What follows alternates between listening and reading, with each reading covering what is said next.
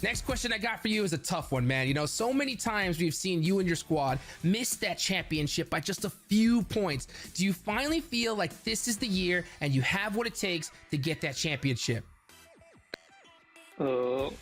我并没有和他们一起经历这个过程吧，然后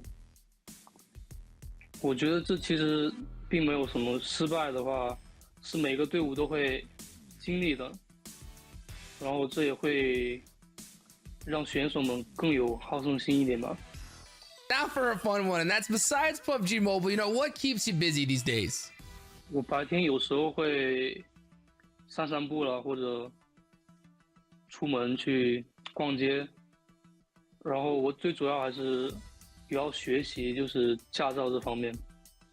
Thank you, Kindness, for taking the time to talk to us. Last but not least, would you like to say anything to the fans out there? 首先，我感谢每一位支持我们的粉丝。然后我来到一个新的队伍里面，也是一个新的开始。我会尽自己最大的能力，然后帮助队伍取得更好的成绩，打好每一场比赛。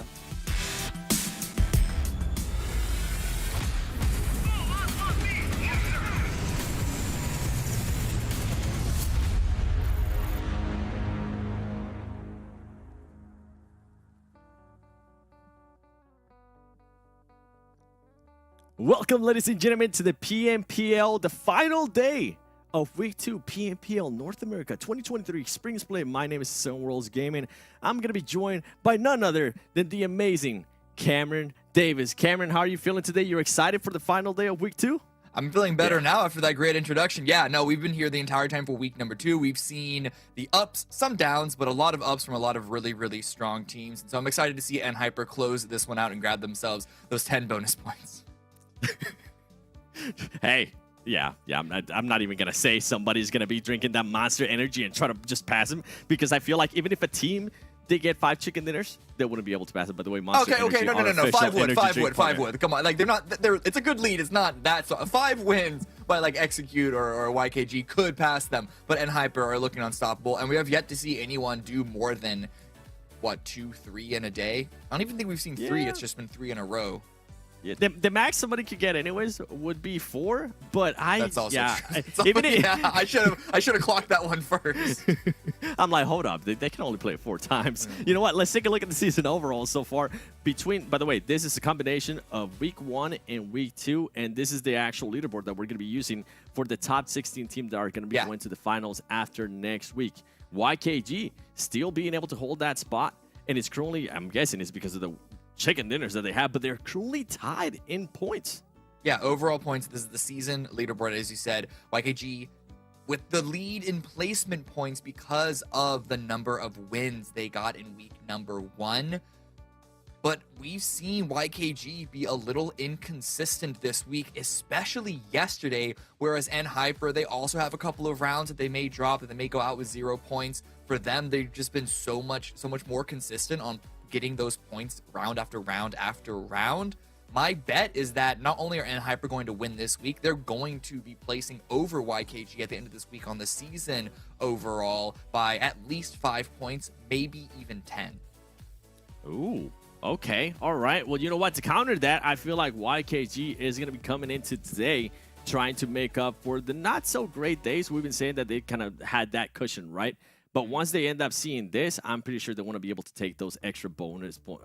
Actually, want to maintain it because we're not gonna be getting extra bonus points out of this one just yet. That's until next week. I'm getting ahead of myself. One team that has stepped it up though, Execute, being able to maintain that third place, being followed currently by WALLSTREETBETS there with 277 points. And what I love, what I'm seeing right now, is even all the way up to MEZEXIS, right? If these teams do end up having a great day, they could push their selves up that leaderboard. I do want to look at that second page because some of those teams are currently fighting. These are teams that are thinking about like the bonus points that are going to be coming in week 3. But some of these teams are currently fighting to maintaining themselves within that top 16. Skills of Mind, Team Mobility. I mean, we've been talking about Team Mobility for a while now. We saw them yesterday being able to get a chance to win the game in Sanhok, and they just were not able to turn that into a win.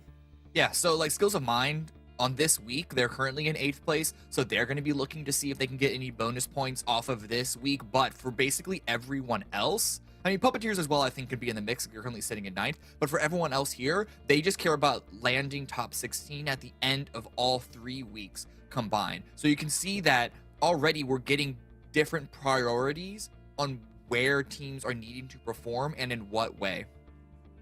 Yeah, and here we go. Okay, this is what I wanted to see here. The teams that I need to see some urgency out of them today, okay? I'm going to need to see some urgency out of Excuse a little bit. Men of 4, definitely. BOPE Esports. And I definitely want to see some urgency out of SLR because they're currently sitting at 91 points. They're going to have to catch up massively to Angry Amateurs. And if I know anything is that Angry Amateurs, Excuse, the Panthers, those teams that are currently within that range, they're going to be looking to start performing well and at least create a healthy cushion of points between themselves and that 17th place because that's not where they're going to want to end up. Do you think SLR has what it takes to maybe today turn it around and at least get 20 points for the day? I'm trying to be optimistic here by giving them a small goal, I guess, in a way. Yeah, we definitely seen SLR particularly get better. They ended week 1 in 20th, but then they currently in 16th on week number 2. So we know that they can perform better. And 20 points in 4 rounds is certainly doable by any team. It's not like, I wouldn't say it's easy for any team. Really, I'd only say like NHyper and YKG are the teams that are guaranteed. I was about to say, points. come on. but you know, we saw this from a couple of teams just get one win with a couple of eliminations. Yeah. Bam, that's basically 20 already. So you can do it. Teams at any level can make those big, heavy swings, but it means that we might need to see these teams start to take more risks. But when the points reset on the week after today, I really hope that the teams at the bottom do start to take those risks. Yes, and I actually want to. I'm so glad you mentioned the risk because I want to start seeing those risks starting today, especially from those teams at the bottom. Let's take a look, though, at the overall for week 2 so far, because this is the actual overall that we're going to be using after today to give out some of those bonus points. And right now, this is what you were mentioning. NHyper, they just have such a healthy lead that I feel like nobody's going to be able to pass them for that first place. But then we kind of have to move down, right? Second place, YKG, they do have a nice lead to Execute. But then if we look at Execute, WALLSTREETBETS, Dope Slayers, anything can happen between those teams, and those teams are looking to secure those extra bonus points. Yeah, I mean, we're seeing a couple of gaps there throughout the mix of those teams, but one win could easily change all of that. We saw Dope Slayers on one of their days get a nice little win for themselves, and MEZEXIS with a really good come up yesterday. So and even seeing Skills of Mind here in 8th place, though, again, talking about gaps, they have a bit of a gap to get to 7th, and then another one to get up to 5th. And that's when we talk about gaps and teams needing points to recover, that's assuming that every team above them gets 0 points, which just doesn't happen. But for the teams down at least to the Chosen, we're definitely going to be seeing them fight for the extra bonus points, even though it's only going to be 1 or 2 that they can gain or lose. It's still going to be, it will still add up by the time the grand finals start, is the main takeaway. Yeah. And once we get to the second page right here, and going back to what you were saying there with Skills of Mind, I feel like they're not even worried about the bonus points right now. They're just worried about getting any points at all from what we saw from that season overall. Now, as we go here towards this page, there is some teams that I feel like they're looking to just snap out of a bad streak. I'm going to be looking at the Panthers. I'm going to be looking at Golden Eagles, and I'm looking at Golden Eagles not to snap a bad streak, but for them to actually be able to become a little bit more consistent. They have showed us great flashes of greatness here and there, but then it just vanishes. We don't hear from that team for a day or two, and all of a sudden they're like, oh, hey, yeah, you guys are still participating here. You guys were doing so well in week 1. What happened to that team? I'm hoping that team does become a little bit more consistent, Cam. Yeah, I mean, they ended week 1 in 5th place. They had over like twice the kills than they do now. So they're the team that has, for all the teams that did well in week 1 and then started week 2 a bit rough, they're the one that still has yet to recover fully, it seems. Yeah. Golden Eagles, you know, just don't break my heart, please. Show us that greatness that you were able to show me in week 1 that kind of made me start falling in love with the way that you guys were playing as a team. And then we keep going down a little bit more. I mean, we're looking at BOPE Esports. This is the team that's currently, as we just saw in the season overall, they're currently sitting in the 19th place. Men of 4, K19 Esports. I feel like that has been a big fall, right? And then Angry Amateurs. That team is currently just in 16th place. We'll have to wait and see how they're going to be able to react. But I feel like the storyline, then we have to shift it a little bit more towards the top 4. Because this top 4 teams have just been performing so well. And I'm talking the top 4 teams for the season overall. Because NHyper, I mean, we have seen how consistent they have been and how evolving they have been. They've been able to improve their play. They've been able to kind of have some mess-ups here and there. I'm looking at QCC. I know you've been looking at QCC as well. Yeah, he's done a few things. He's done a few things that I don't really like. But hey, you know, we play enough rounds here that they don't really stick. But by the way, when he says he doesn't really like it, he's like, I can just feel it, him pulling his hair. He's like, why are you doing that? So you know what? Do me a favor. Show me a graphic from all these 4 teams. Let's see how they're currently been performing for the whole season. Because right now, NHyper, I mean, look at those numbers. Wow. Yeah.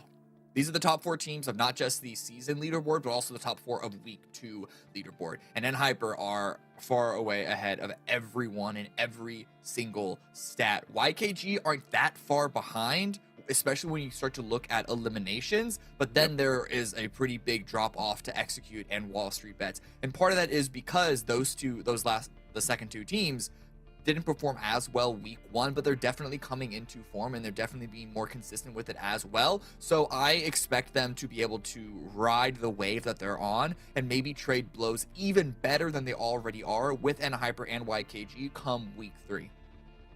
I feel like for WALLSTREETBETS, what I would like to see, I'm going to go mirror what I was saying about Golden Eagles, but in a different aspect for WALLSTREETBETS. I would like to see a little bit more consistency out of them. I feel like sometimes they have this very high, and then they have their very lows. We saw them being able to get, I think it was 3 chicken dinners in a row. I'm still counting it, Cam. They got 3 chicken dinners in a row, even if it wasn't just in one day, okay? And after that, they still perform well. They got a chicken dinner. But before that, if we went back before that, like they just weren't performing. Even in week 1, the first 2 days, they were in first place. And then after that, they disappear. So I would like to see a little bit more consistency. Yeah, you guys are being consistent in regards to the numbers, but it's just, it's too much of a roller coaster for me. And I'd like to see more of a stated line out of them in a high stated line. All right. Now, two teams that are currently chasing themselves are Angry Amateurs and the team currently in 17th place. Which, trust me, this team is going to be trying to hunt them down. And I'm talking about the season overall because Angry Amateurs, I feel like today they can set the tone for what's going to be happening in the upcoming week. I feel like they can actually create a bit of a gap, and that's what I was hinting at in the season overall when we're taking a look at it. They can give themselves a little bit more cushion. You even said it best yesterday. You said that we have to expect for teams to just have a horrible match, at least one match a day. It's going to happen. It's BR. And I feel like Angry Amateurs can minimize their chances of getting past next week when we end up figuring out who's going to be going to the top 16, the finals. I feel like they can just create a bit more cushion. Yeah, so we're looking at the overall leaderboard, and at this point, we need to start looking at that cutoff to get into the grand finals. Angry Amateurs and Excuse 16th and 17th place. So this is where the bubble is lying, and you can see that the numbers aren't drastically different.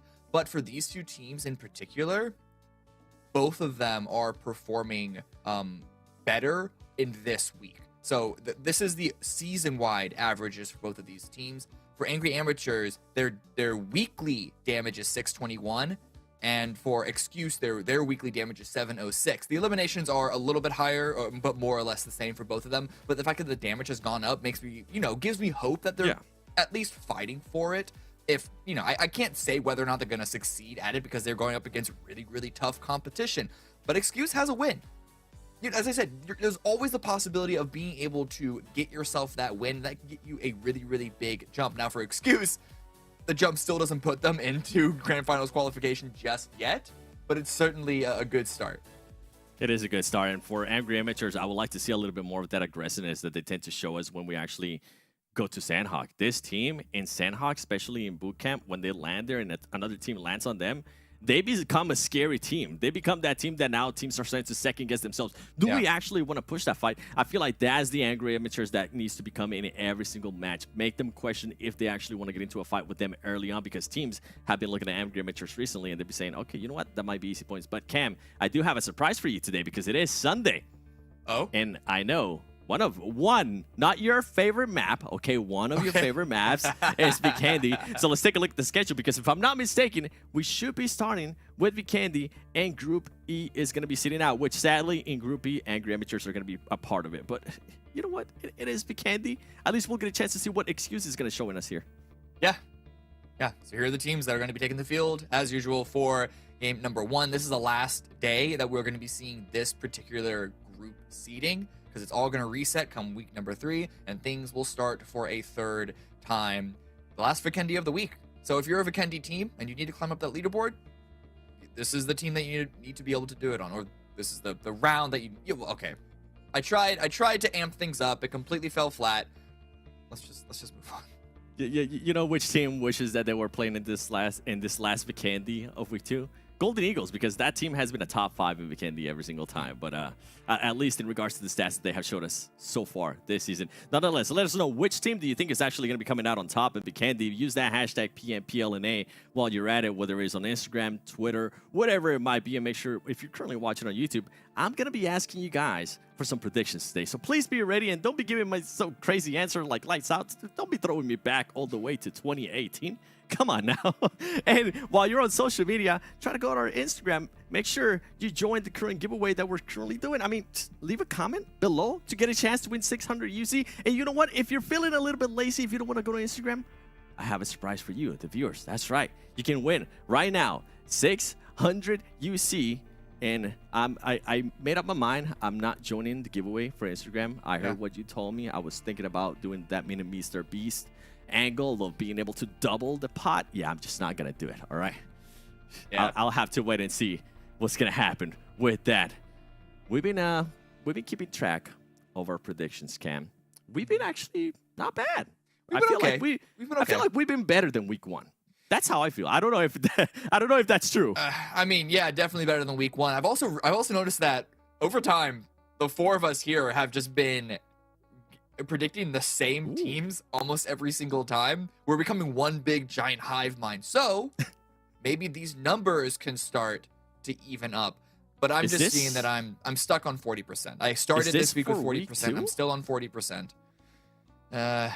Cam, we are on a tear here for week 2. By the way, I would like to bring in Hot Jukes and Mustache Dave, because Hot Jukes, how even on week 2, look at him. Just look at him. That's what 50% prediction looks like, ladies and gentlemen. That man is just... He was 60 earlier, I thought. I thought he was 60 at least like last week. Nah, let's not show that one, okay? It's yeah. See, I'm just trying to get above taller or something. But I feel at this taller point, I don't know if I feel have. taller. You feel taller? Oh I think gosh, it's 25%, baby. Hey, that 25%. Man, hey, it is what it is. Today, I'm looking for the 5 out of 5 here today, honestly. Woo! I got a good feeling that I could do it, Hot Jukes. I've been watching the VODs. I've been watching all the regions, by the way, fellas. So today, I'm unlocking the potential 5 out of 5. You heard it here first. I'm going for that 77% for 7. Why not? Increase. Just a little bit. Just a little bit. Thank you guys so much at the desk. I appreciate y'all. We are now starting the day. Dave, are you ready? Because here it is. This shirt's weird on me, man. I don't know how I feel about this shirt. It's throwing me off, but I'm ready for the day. We got 5 games to go. I was chatting with a lot of players, and we'll get into that here very shortly. But it is the day, the last day of week 2 to round off things here, Hot Jukes. And, of course, we shall start on Vikendi.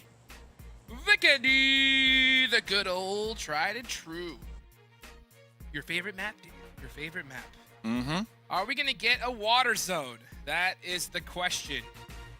The ever elusive, super common water circle. I think that's how we need to start off today. We need to start off today with a nice water zone, make these teams sweat, cool down a little bit in the icy waters of Mhm. Lake Port, and just have fun. Just have fun, Dave. Because you know what? If you're trying to get first place today, good luck. It's not 'Cause happening. That's in hypers. As you said yesterday, the icy tundras of Vikendi. Ooh, I'm getting cold. I need a jacket right now just looking at this map here, Hot Juke. So The goosebumps. the goosebumps. We saw the teams that are going to be sitting out here. Looking forward to those squads jumping in. Got a couple points about them later on. But the desk, they were talking a lot about MENA 4, BOPE Esports, K19, Angry Amateurs. These bottom teams, and for good reason, because of course if you're the bottom team, you're not gonna make top 5. It's just out of the picture. But you do have a goal of trying to at least get that 8th place, 7th place, because then at least you get that 1 bonus point, right? And I think that should be the realistic goal for a couple of these players. As Peekaboo, come on, not like this. Peekaboo. First one taken out right here from SLR, one of those teams that are looking for those realistic goals and trying to get that 8th place position here tonight. They're in 16th right now. Losing Peekaboo this early on is going to set them back this game. Peekaboo, probably one of the strongest players on the team, just kind of watching them over the last week here, Duke. So they're going to be in some trouble here on Vikendi to start the evening. Yeah, they've been in trouble this tournament so far. They've been putting in a lot of work. They are a newer squad to competing at this level, and it just kind of goes with the territory. Not everybody comes in here and just starts off, ridiculous. You got to build from somewhere. So, I mean, heck, SLR, huge props to them making it here in the first place. At the same time, hopefully, I'm looking to just see improvement as this tournament goes on, Dave. If I'm able to see SLR even make it into the top 8 at the end of this whole thing, I'll be proud of them. Yeah, I definitely agree with you. The team is somewhat unexperienced, but not Peekaboo. Peekaboo is that player that has that experience from the PMNC. That's one of the main reasons they got them on the roster, to try to share that wealth of knowledge. But we'll get back to that, because talking about knowledge, Fate alone here on the icy tundra, getting swarmed up on by the Puppeteers for an easy point to start their day here. Very easy. That's as easy as it comes. 1v4 early game. Doesn't get easier than that, Hot Jukes. Nope.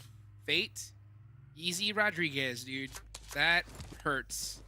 And it hurts to see Execute lose players like this early on. I know they love these split looting, just trying to get up and go. The problem is, though, like when you do that, you put yourself at such a high risk of just getting full sent on by a squad. Puppeteers. I wonder if they did their homework, right, and just realized that Fate was going to be here on that off angle and decided to push it. If they did, then that was heads up from them.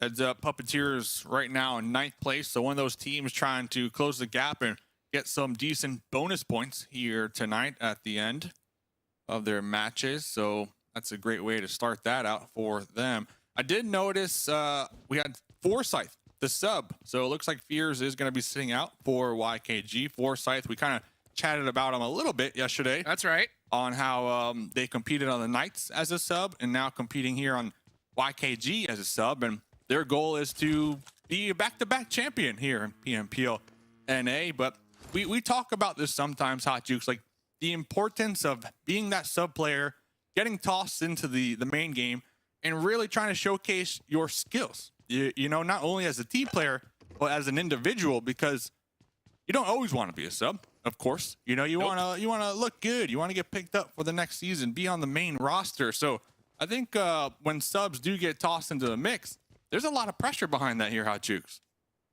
Yeah, definitely. Anytime that you are stepping up into the main roster, it's your time to shine. You want to have a standout performance. At the same time, you want to make sure that you're a team player, and you have to kind of decide for yourself, because at the end of the day, you want to obviously have a career in this game. There's some players that maybe they realize that we're on a roster that's probably not going to make it, right? But heck, if I show out, who knows? I might get picked up on a different one. That we've seen that happen plenty of times here, Dave, right? So it's a gamble, right? You have to decide, like, hey, am I gonna just try and just focus on winning with this squad, or am I looking for that individual performance? Because you know what? At the end of the day, right, these monster teams, they're looking at numbers. They're looking at plays. So the better individual performance that you have, the better chance you have at possibly getting picked up by one of these stronger rosters. Definitely all about the numbers and the vibes, though. Always want to get that nice vibe check out there. And fortunate for Forsyth, they got Joey to kind of support them and teach them the way as well this season. Joey, I know one of your favorite players here, Hot Jukes, a ton of knowledge, real humble player, you know, all-around player here in this lobby. So if I was a sub, I would definitely prefer to be on a team with that support system behind it here. Absolutely. You know, it's so funny. We were talking about that, what was it, a couple days ago, when one of the players, I believe he had a family event that he had to go do. So he was sitting out. That's Fears. Well, yeah, it was Fears, right? And yeah, Forsyth. So Fears. So the problem is, it's risky, right? Because guess what happens? Fears is a monster. We know what Fears could do, right? At the end of the day, if Forsyth pops off to an absolute ridiculous regard and the team just is unstoppable, it's really hard to want to be like, hey, yeah, we're ready for you to come back. You know what I'm saying? So there is always a risk when you sit out days of PMPL, but obviously, you know, of course, family comes first. But, you know, it is a factor that you have to consider, you know, and hopefully with YKG, you know, they're able to figure this roster out. They're all friendly, working together, because the last thing you want to do is cause internal drama over something like that. Talking about some drama for your mama.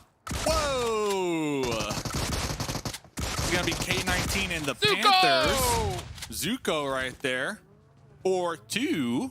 K19 have a duo still alive. They are going to be driving out there in the distance. Looks like they're trying to drive away. Legend just zooming on by. So I love this. I love that we're seeing the Panthers already show up here early game. You know why? Because they told me today's the day, Dave. We don't care about nothing. We're just going to get involved. We're going to get in fights. We're going to get elims and try to build that confidence back up. So GG's to them. We'll keep tabs as we move forward here in this Vikendi match, as now Skills of Mind and Hyper. Not where you want to find yourself early game here, Hot Jukes. Definitely. Let's see what and Hyper's opting to do with the situation. It looks like they're just going to set up. So just play things very carefully. And Hyper is always like this. They don't take unnecessary pushes at all. So they're just going to kind of wait it out and wait for this next zone. But you know what, Dave? You know, the Panthers, you talk to them. Here they go, hunting down Nightcrocs. Easy finish right there. And that's 4 points to start things off. Actually, yeah, 4 points total. Jukes, I'm not trying to gas myself up, but I didn't only talk to him. I legit told him, just go for elims. Like, I told him, listen, don't worry about nothing. Coach just Dave? go for elim. No. Not Coach Dave. I'm putting the disclaimer out there. But I did tell him, like, listen, this week was horrible, fellas. You need to end strong here tonight so that week 3, you're feeling confident and you're feeling good about yourself and your skills. So I said, just go feed on the weaker teams. Let's be real. Just go look to get involved, get into these team fights, and just build up that confidence once again that we saw, that we know this team has, Hot Jukes. We know they can perform, but all this week, we haven't seen a thing from them. And that's just being real. It's shocking, honestly. Like, this is a team that I was, like, predicting at the start of this whole tournament to just pop off, and they are, what, second to last place this week? So, I mean, yeah, really tough performance for them. And, you know, what's kind of funny is, you know, I've talked to some of these players, too. You know, I just try to get involved in this community, you know, more and more every day, and I've talked to some of them, and I'll tell you what, you know, like, there's a lot of eyes on Nate, you know? And that's one thing that you got to consider, too, is if you have a bad performance, some other people are going to be looking at their star players and saying, hey, you know what? Maybe it's about time they come on over to our side. So if you're the Panthers right now, I think you nailed it on the head, right? Just go for eliminations, go nuts, get that confidence back, because we know this squad is capable of greatness. We just haven't seen it so far this tournament. Yeah, and that definitely happens when you try to change up the play style, like midweek, mid-tourney. You know, they went from playing the edge, really good with their rotates, just looking in every single time, to trying to avoid everything. And then when we see them avoiding everything, they turtle up too much and they just get taken advantage of. So I like that tonight. The goal, the plan is just to, as you said earlier on, have fun, number one, but just build up that confidence, get involved, get into team fights, let the gun skills speak for themselves so that when we roll into week number 3, the team's ready to go. They're feeling good. They're warmed up here, Hot Jukes. Let's see who's gonna warm up in just a few seconds. Zone number 3, so still just very relaxed. Dong! Dong! Coming around the corner, looking at QZZ. Dong's And got this. QZZ is just didn't stand a chance. Not a chance against Dong. It's too I'd be good. looking for that confirm. I do like the support though from NHyper, the cover fire to make sure that QZZ doesn't get confirmed, but I just don't see it happening regardless. I know they're taking some pot shots across the way. GK first, we see them on the move. Same thing with Kindness. But Dong in the smokes trying to get the teal up. I see them popping in the Zima right after getting this ELM point and just zooming right back to the teammates. QZZ separated, man. Very separated right now from the squad mates. Common. It's common. I mean, this is what NHyper likes to do. They usually like that 3-1 split. You know, just trying to get angles, find real estate. I think just QZZ just got maybe a little extra confident, stretched that a little thin, and just got caught in a 1v1. I mean, at the end of the day, he could have won it, but this scenario he doesn't. Wow, I'm surprised they're even getting this res. Oh, Kindness! Whoa. Say goodbye, the Chosen! I mean, what more do you want here? That is how you do it. That right there is, you get a bowl of spaghetti, you get the meatballs, the pasta sauce, and you just spill it on your shirt before you even can take your first bite there. That was team mobility with the third party. So they were getting lit up from multiple angles right there as they crashed that building, but they just couldn't make it in on time. And the Chosen, yeah, they got one elim, but not a good luck to start the evening right there, Hot Jukes. Yeah, it was so close. I thought that, you know, we saw him from NHyper take out the Chosen, but it was in fact team mobility. So They've that's been got to get ramping them. up. They have been. Yeah, last night was a really solid night for team mobility. I don't think we've seen this team this week really pop off like they did last night. And, you know, sometimes I sound like a broken record when I'm talking about momentum and confidence, but it's true, man. In a game like this, it is so true. Last night, team mobility, they were just popping off. They got a bunch of elims, really good placement points. They're feeling good, man. They're ready to end the week on a strong note here, Hot Jukes. 100%. I got a chance to talk to Trey the other day. Good friend of mine. I mean, I played comp with him long time ago. He's still out there getting it done, and he's now taking on that role of IGL. And it is not an easy one, is what he told me. He said it's definitely been taking a lot of adjustments, you know, just being able to talk, frag at the same time, organize your squad. At the same time, though, man, we have, ever since that conversation, I've seen this squad get better and better and better. So I love to see team mobility finally start, you know, firing on all cylinders here. Yeah, love to see it. Looking at this zone, YKG pretty center. Same thing with NHyper up there in the north. Phoenix. We got Wanted Vigilantes, MEZEXIS. They might clash. We see those vehicles moving. No fire markers as of yet. A lot of people just playing compounds. Remember, SLR lost Peekaboo very early on. Baby Dragon tagged right there. Should be able to get the pickup. I don't see YKG pushing this anytime soon. Oh my goodness, the vehicle explosion for the confirm. That's an F in the chat right there for SLR. Okay. That is correct. We've seen a lot of vehicle explosions so far in this one. Rin getting into it with Phoenix. QZZ picks up another as well. So Phoenix Esports in some trouble, major trouble. You're going against NHyper. YKG looking to step things up. Been having a couple wishy-washy days here lately, you know. I don't think they're too worried about it. At the same time, a lot of players out there, it could be slightly concerning. Kindness finishing that player. They got QZZ up. What? Wow. Oh, okay. Diamonds is done. How many seconds do you give Diamonds here, Dave? 5, 4, 3, 2. Ah, it was one off. One off. One off, Dave. One Very off. close.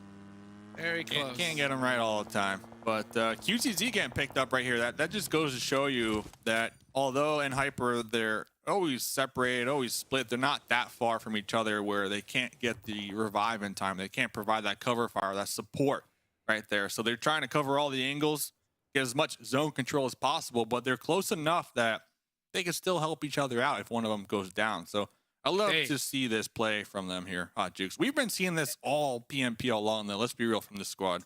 Dave, I was like, execute. Are you listening? Are you listening? Oh, yeah. Yeah. That's what we want to see. Execute go a little too far. You know, they're like in Hyper, but they push the envelope a little too much. Yeah, that's the one thing that N-Hyper does and why it works well, right? Not anybody could just jump in and do it. N-Hyper, they are very familiar with this terrain, so they always put themselves in a position where one gets knocked, they can either get instant support, cover fire, smokes, something to help them out, you know? And execute with their 2-2 splits especially, right? If they get full sent on, it's just no help at all. Like, they are just done for and have to make a play. So, I mean, in reality, it's something simple to fix from execute, right? So it's not like it's a major problem, you know? If they're able to just dial that in, I mean, they're one of the most dangerous squads in this lobby, without a doubt. Talk about dialing it in right now. Wanted Vigilantes. See you later, alligator. Bye-bye. Catch you next game. MEZEXIS able to defend right there and get the pickup onto Clown. Peralta is down and out here this match, and I believe N-Hyper is attempting to take some shots in this direction, maybe even pop these tires, as we do see Trick just zooming on by with the Zima. As N-Hyper trying to play gatekeepers right now. What's the question for game number one? We always got these questions for the casters. What is the question for game number one? Question is, which team will have the most eliminations? You guys put your predictions in the chat right now. If you put execute in, oh boy, is that gonna be a real tough bet, because YKG has them locked in their sights. That nade might do it. Oh, I thought Chico was gonna get caught by it actually. Ooh. But back and forth.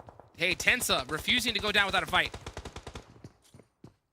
Looking to get the heal off right now. YKG on the outskirts. Forsyth really low, also trying to get the reset. What are you feeling, Dave? For most of the limbs. Skills of mine. Skills of mine. Put it in the chat. There. Ooh, look at that. As I say that on the BOPE, you love to see it right there. But getting back to this fight, Casper and Tensa, the last two alive for execute. The duo trying to stay alive up against the four-man team of YKG. I like what YKG is doing. Yeah, well, I like what YKG is doing. Oh, especially with the zone. I wouldn't be surprised if they push this really hard now, because they want to clear this out and worry about teams that are going to be possibly crashing on them in the next few seconds. Chico is using those smokes to creep on up. Oh my gosh. Oh, we're there. We're there. Snaky DBS. We're locked in. Da-dun. Da-dun. Da-dun. Chico shot. They need to make this play happen, though, because N-Hyper is also rolling in right there on the edge. So the time is not on either of these squads' side. If anything, Tensa and Casper have the advantage because they are in the hard cover. And now here comes N-Hyper with the pull-up right here. Tensa down! And there goes Casper. So N-Hyper going to pick up those points, but now YKG, nice little return fire there. GK first with the pre-fire is going to be good. That DBS misses. Chico finally connects. Oh, that was a beautiful pre-fire. Another.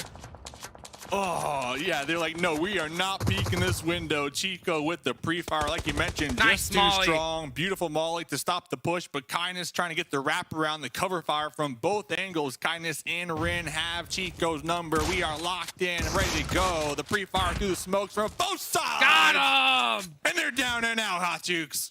Woo! Wow, N-Hyper getting some crazy elimination points. That's 11 for them so far. Bomba! With the bomb up on the roof. Hits Blinky. We're going to see some trades back and forth here for a hot minute. Oh, Team Mobility is in big trouble. It's just Trey on that off angle.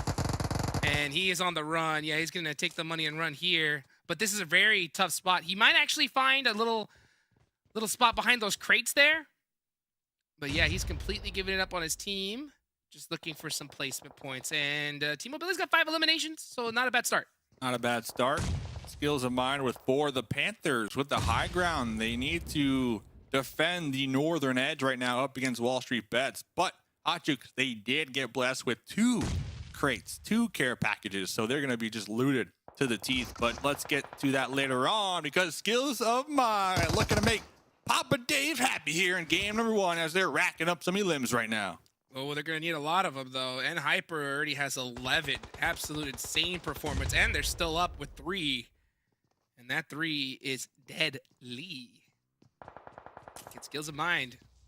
Make Papa Dave proud. Rosh is just about to really spoil this. Don't do it. Oh, Rosh did it. Rosh did it. Oh, with the return grenade. You can have that, Rosh. Take that. That's my boy right there. Trixie getting them done. Wasted. X-Straight trying to perfectly cook this nade. Oh. Second thoughts. Second thoughts. Oh, Hold the pin again. Oh, we're going back. Back inside. No. Not ready. DBS. Nade? The thing is, N-Hyper are also in the neighborhood, so N-Hyper... Oh, Wasted felt that one. Yeah. Yep. N-Hyper has me big scared right now for both these teams as their Trex opportunity to take the fight with each other just dwindling down by the seconds as now Kindness trying to open this one up with the grenades here, Hot Jukes. If Trex is on the roof, I'm surprised he's not 3-peeking in this direction at all. He's still like, Trex is like tunnel visioned like crazy. Onto X-Straight. No. Don't. Please don't be in the same spot. Oh my goodness. Skills of mine are having me really concerned right now, Hot Jukes. They are just all grouped up together. Kindness has a good idea of what's happening in that building. Puts it in reverse. Puts it in reverse. No more grenades, no more mollies from Kindness. Oh, this zone's coming though. There's 30 seconds left on the clock, but I think N-Hyper, yeah, they're doing a nice split here to confirm on all these eliminations. Skills of mine, I hope they don't do what we saw Wall Street Bets do in that Miramar yesterday, right? They can't take too long on this reset. They took too long on this reset. Yeah, and Hyper are just going to destroy Skills of Mine right now. The only thing on Skills of Mine's side is if the Panthers opt to kind of look over that hill, but they're currently occupied with Wall Street Bets. So, and Hyper, they got this one in the bag all day. There is still a solo in between them that I don't think they're aware of. They can wrap, right, though. Skills of Mine can wrap completely in the opposite direction. Wow, Kindness with that off angle. Yeah, with those shots, you should know the play. Like, you got to go right. Trey's down. Trey's spotted. Here comes the smokes. They're looking to take the bull by the horns right here. GK first tossing a molly, predicting the push through the smokes right there. It's all out mayhem. GK first going for that spray down right there. In the smoke, DBS. swapping on over to the DBS, letting the slug Got him! pump out one after another. Oh! There's three hot jukes. You can have it. Skills of Mine down to just a solo. Wasted out there in the distance. In the open. Rin taking them down. GK first. 17 eliminations for N-Hyper. If that's not a nail in the coffin, I don't know what is. Here come the Panthers. Juan with a very bold push. Zuko as well, just feeding Wall Street Bets with that kind of push. Not looking good for them. It's just Nate up. Not sure what the Panthers were trying for there. Man, this is an N-Hyper a victory. 7WG. Oh boy, did you pick this one. Nate? Chronix, come to me. Or Chronix. I'm safe. Safe. Even if you can get the pickup, I don't see them making it out of there alive. The zone's going to start to close here very shortly. N-Hyper now starting to sweep the edge, clean it up. Look for the stragglers. Wall Street Bets still safe in their compound for the time being, Hot Jukes. But, and Hyper, they're looking to change it up right now. Let's see what Wall Street Bets is looking to do. G1's looking to get a nice little pre-nade here. Oh, cat pieces up Rain a little bit. G1. Oh, that might build both the vehicle. Kindness felt that one. This Molotov could be dangerous. Oh, you gotta watch out for your player's pan. Oh, that's so dangerous. You can accidentally hit your teammate's pan, land it right back onto you, and you're gonna be in big trouble. The Panthers, oh, D, gonna open things up on Rin. D's got another one though. That's an eviction grenade. By every, Sense of the imagination. You gotta know another one's coming, Kindness. OSD is starting to feed onto N-Hyper. Yeah, look at that. The smoke is going to be blocking the sight lines from GK first. So Wall Street Bets should be able to get these 2 points for the time being. The Panthers down to just a solo. They're gone. And Wall Street Bets from the compound. Wow. Wow. Wall Street Bets winning chicken dinner #1. I mean, I'm just getting deja vu here, Dave. Like, they won chicken dinner #1 yesterday, and they've been winning like a lot of games. So Wall Street Bets are just. I mean, I've seen this picture. I've seen these faces. I've seen these faces almost every game. These guys just keep stealing away chicken dinners. And you know what? I'm not trying to take away from the team, the players, but I do know they got Coach Professor helping them out. And this person in particular used to coach Godlike from India last year. So I'm just saying, having that extra oomph behind you here, definitely setting them up for success here in this PMPL. Something is working, that's for sure, because Wall Street Bets have been getting a ton of chicken dinners. I wouldn't be surprised if they have probably the most in this tournament so far, if they keep it up the way they've been doing it. Still a lot more matches left to go here, Dave. We'll be right back after this break.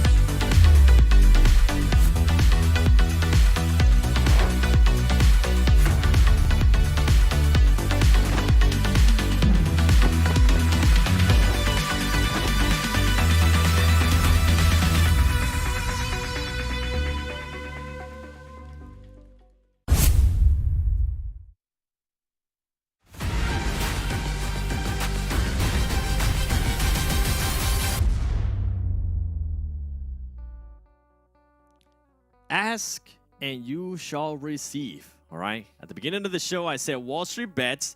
I want to see a little bit more consistency out of you guys. I don't want to be seeing this up and down. They're like, well, how about this, Evan? How about if we start getting a chicken dinner every single day?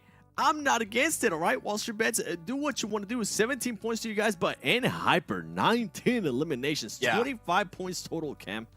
Absolutely insane. When we were asked who would get the most eliminations, I picked the Panthers because not only did they already have 4, but I really favored their high ground position to keep everyone from pushing into that city urban area. We all know how incredibly difficult that is. But N-Hyper pushed through, what, 4 or 5 different teams, came out on top every single time.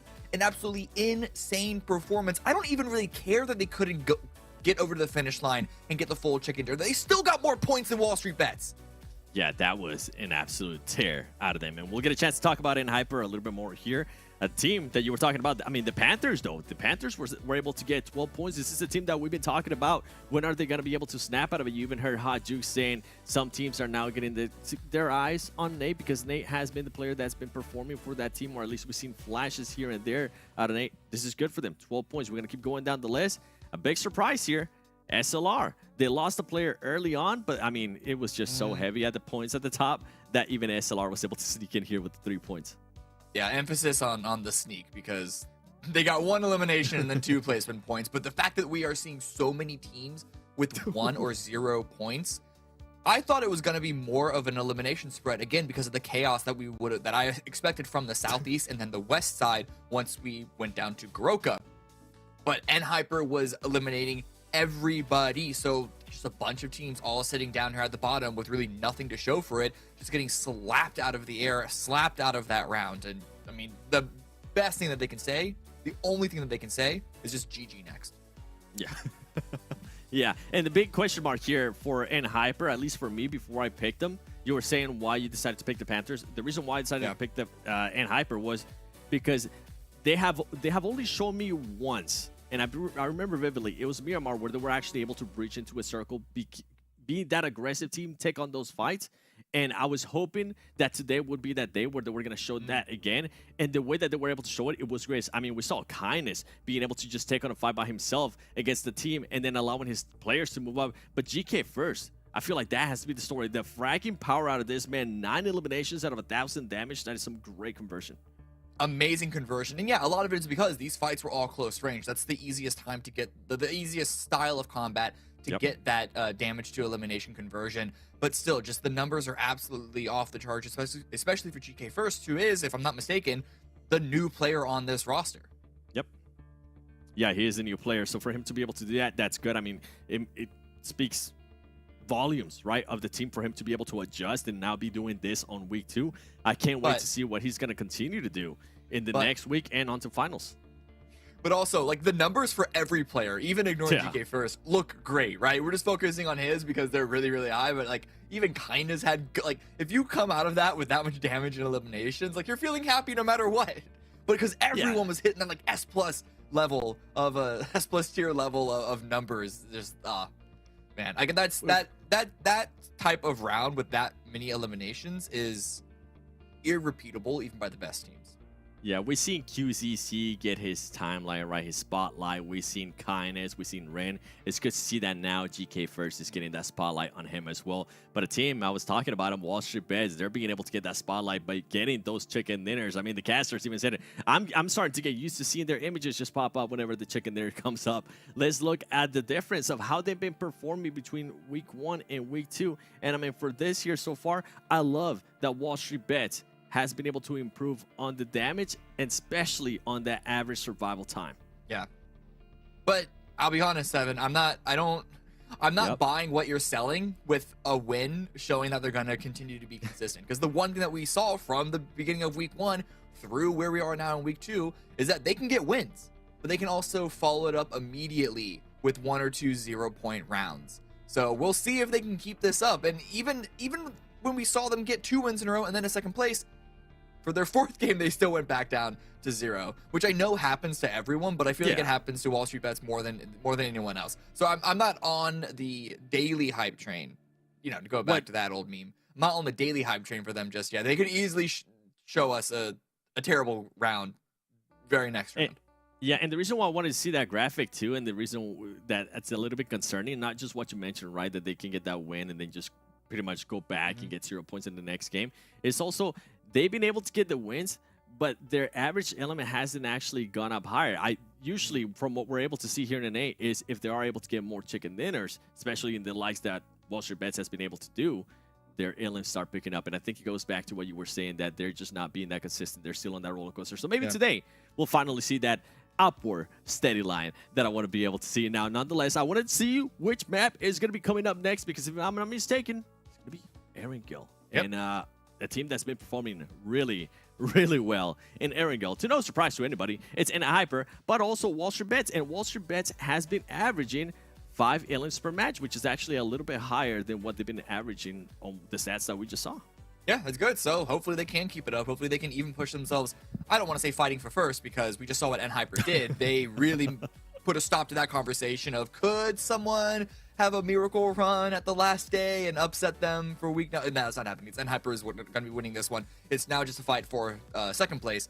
But after what we just saw from, YKG and Execute, WALLSTREETBETS, good position. to really clamp down on that 6 bonus points. Yeah, and I'm glad you mentioned Execute. We actually have a little bit of time here, so let's talk about them. I would like to see them starting to focus a little bit more on their splits. We've been hearing the casters over and over saying, and even us, we've been talking about how spread out their splits become. If it works wonders, but if it doesn't work, it just goes terribly wrong for them. And I feel like they do have to start taking a little bit more notes. They have been that passive team. It has worked out well for them. I feel like they're starting to be that aggressive team already, and it hasn't really worked out that well. Would you want this team for Execute to kind of go back to that slow pace that we've been seeing out of them early in the week? No, I don't think so, because that's when we didn't see a lot out of them overall, right? So like it's all just about making sure that you're limit testing and you're not going too far. But I mean, YKG are one of the most split heavy teams in there. I mean, they're not in hyper, but they're still one of the best that we have here. So that's not a bad strategy. You just got to know how far is too far. Yeah, especially you got to be able to adjust to what your players are capable of too as well. I think we got to keep that in mind, because there is, I think we're starting to see some skills gaps here, not between those teams, but between the other teams. Let us know, which skill gaps have you guys been seeing? Which team especially? I'm not going to be mentioning anything, but if you do say anything on social media, make sure you use that hashtag PMPL NA, and while you're at it, be ready, because in this next game, that's when I'm going to be asking some predictions from the chat. We'll see if anybody gets it right. Nonetheless, I can't wait to see who the casters are going to be predicting for this next match. Hot Jukes, Mustache Dave, take it away. Let's get it going. What's up, everybody? Hot Jukes here with Mustache Dave. We got match number 2 on our way. Dave changed the shirt, Dave. Ah, man, The you hot had to call me swap. out. I love it, You had Dave. to call I mean, me hey, out. sometimes you gotta get that sub in. You know what I'm saying? You gotta sub it out. Sub me in. So I had to sub in this shirt here today because the other one just wasn't feeling it. So, Jukes, I'm ready for game number dose here. And talking about dose, get that code while you can, because you got about those seconds until it is gone. It is out of here, Hot Jukes. It is gone. Gone. PUBGmobile.com/redeem. For those of you guys watching, make sure you are keeping up with the most updated stream possible. If you're on YouTube, make sure you hit that little wheel on the bottom right. ×2, baby. Go to that ×2, so that way it goes to the most live. That'll give you the best chance, everybody out there. Well, sometimes I watch the casting that you and I do in ×2. It's like, and I'm like, hey, I actually kind of like that. It sounds kind of good. Real quick though, Jukes, dude, people in the chat are calling you out, man. They want you to 1v1 Red Eyes. Car 98. Red Eyes is in the chat talking about NA, this, NA, that, and people are like, listen, Red Eyes, 1v1 Hot Jukes, winner take all. So I just had to bring that to your attention right now. Always love interacting with the chat. Thanks everybody for joining, by the way, watching live, regardless of what stream you're watching on. Always appreciate the viewers here as we dive into game number 2. Here we go, game number 2. And I'm down. I'm down. Okay, that's what you love to hear. He's Red Eyes, good guy though. Good guy. No beef with Red Eyes. Only chicken dinners. That's what it is. No beef, only chicken. Yeah. That's what no beef, all that's chicken. What we're gonna go with, baby. That's how we do it. Milk the Power talked about no beef, all chicken. Looks like we have some beef down there. I believe that's going to be Dope Slayers and Skills of Mind beefing it out in Milk the Power. Not something you see every day. Looks like Dope Slayers are getting the bad part of the beef here, I guess. I'm still trying to go along with this beef theme, but it's not working out. As I only see one more player down there. Save me from the beef, Jukes. Come on, save me here, man. I'm looking at the beef right now. It's looking a little medium rare if you're Robert, because you are by your lonesome split looting. I wonder if Skills of Mind is going to hunt him down. Phoenix doing this beautiful military split that's been working for them very, very well. With Execute out of this game. That's really got to help out a squad like Phoenix, right? Because they've been beefing with Execute on this side of the map every single game. So the fact that now they could just loot this for free, they got to be feeling good, but they got to watch out for N-Hyper when they try to rotate into this next zone. Dude, Angry Amateurs are still in parachutes. I feel like it's mid-game already. They're still in parachutes. Talk about being determined to drop where you want to drop. North George Pool. We'll see how they do. moving forward. Angry Amateurs looking for some big games here this evening. They, I believe, last time I checked, 17th place. So gotta respect the plays coming out from them. And now we're gonna be tuning in with the Skills of Mon, Milk to Power, tail end of the skirmish. Looks like, yeah, they got 3 elims here. So Dope Slayers clocking in and clocking out, just like that here. Wow. Back to lobby. Back to lobby. And it's just Robert, all on his lonesome. What do you do as a solo here, Hot Jukes? Like, Eh, I want to dive deep over. in the mind of Hot Jukes right now, in like kind of that previous competitive player mindset. I'm gonna paint the picture though. Dope Slayers, 5th place, so they're up there at the top. They're doing okay, but this is the last day. They want to make sure to secure as many points as possible so that they can secure those bonus points. Now, you drop in, built the power, you lose 3 early. Tell me, in your opinion, like, what's the game plan now for Robert? Okay. You really want me to give away the sauce like that? I really do. I need it. Robert needs it. And all the people in the chat right now with the notepads out, that happens to them all the time in pubs, they need it. So enlighten us. Here's what you do, right?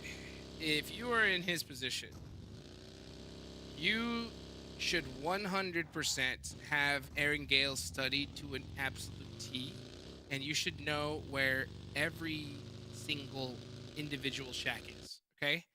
What you do is you just leapfrog, shack to shack, okay? No major buildings, no major complexes, no major known dips.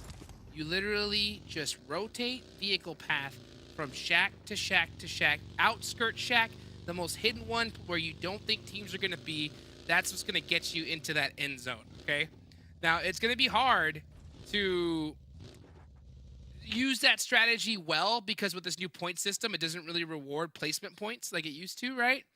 But if you're hunting that shack to shack and you're playing super quiet, like I'm talking about, you don't even need a vehicle in certain rotations from shacks to shack, right? And if you're able to go ahead and do that and you play it quiet, you might be able to catch some players slipping, right? Maybe even thirst some knocks and just try and steal points. That's what you're really looking to go for because you do not want to get caught by a team because if you do, you're going to get 3v1 or 4v1 all day long. So if you're trying to make the best of it, that is the strategy, Dave. Yeah, and you know what they call that from where I'm from? They call it the shack attack right there. Shack attack. Shack attack, trademark pending. So I definitely agree. You're that solo, you're Dope Slayers, you're doing decent on the overall leaderboard. So I'm not going to be too stressed with having a bad game, but I definitely don't want the other games to be bad moving forward. But as that solo player, definitely agree. You got to implement the shack attack strat here and just try to survive. Try to get these sneaky little elims when you can and do your best, you know, because at the end of the day, no matter how toxic your teammates might be and the comms raging at you, like, do this, do that, do this. Hey, bro, why aren't you doing that? All you got to do is like, hey, you guys are dead. Like, what happened to you guys? Let me do my thing. Let me implement the shack attack. Trademark pending. And No one good does to it. go. No one does it in North America. No one does the shack attack, which blows my mind that it's not more commonly used, you know? I think we see some single players just try to find little spots, you know, snake it out. But that shack strategy, I'm telling you, it is disgusting. But you have to have that map knowledge, right? Yeah. Like, and to be real, right, teams in the East, they know where every single shack is. They know where every rock is. And if you're here in NA and you're finding yourself not really knowledgeable on that, I mean, you got to do your homework instantly. Yeah, yeah. Personally, for me, I like the shack attack strat, but I'm all about my bushes. You know me, man. I got Can't a go whole wrong with list. the bush. Like the bush, you know. It is a little tougher these days because the players, they're at the point where they know exactly where the bushes, like the good ones you can really hide are. And most of the time on rotates, you see them running through the bushes, looking for maybe a solo to run over, which we've seen in the past happen before.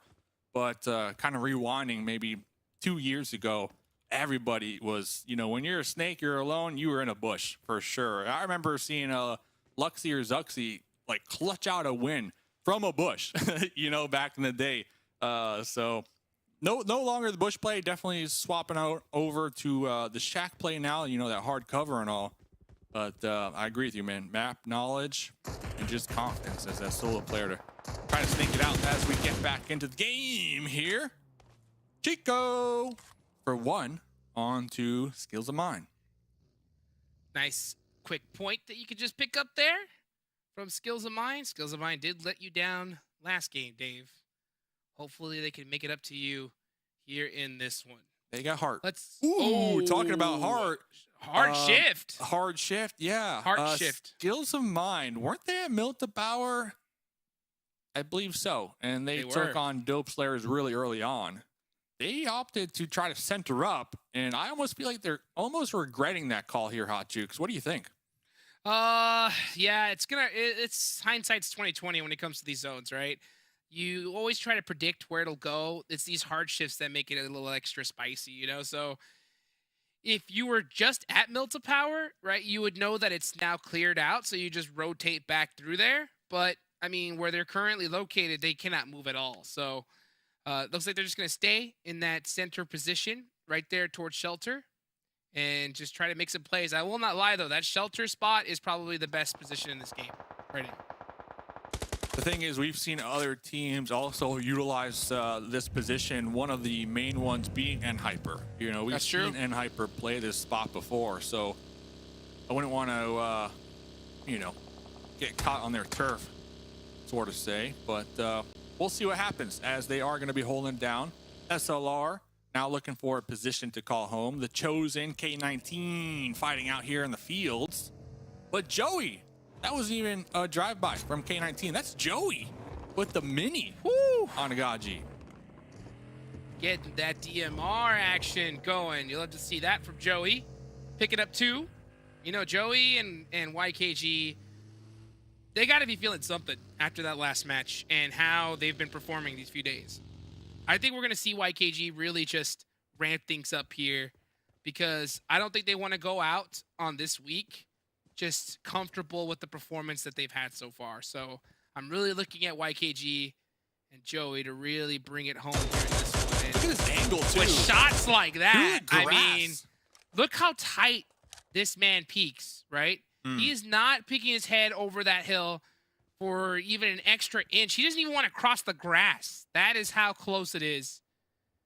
Absolutely ridiculous here. Yeah, we Pre-firing talk the about smoke. spotting opponents by a pixel. This is literally Joey spotting a pixel about 100 meters away with the mini through the Insane. grass. Something else. Man's an animal. Man is an Something else. animal. As Let's see. another glimpse of the circle. Another glimpse of the circle. Excuse going to be making their way in. Yes, Niall wrapping all the way around. K19 in the area as well. Angry Amateurs, I feel like they're dead to rights out there in the fields.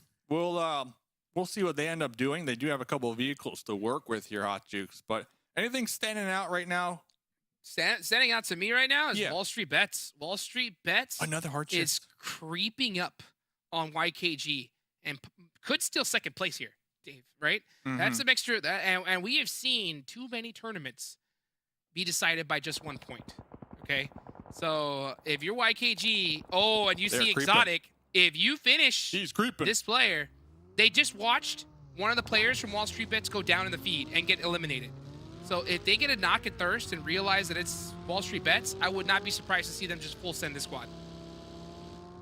They're rotating away though. They're They're gonna miss it. Yeah, they're out of here. So interesting rotate from YKG. Instead of taking the direct path into the new circle, the hard shift, they're opting to try to wrap around the west side, staying a little far.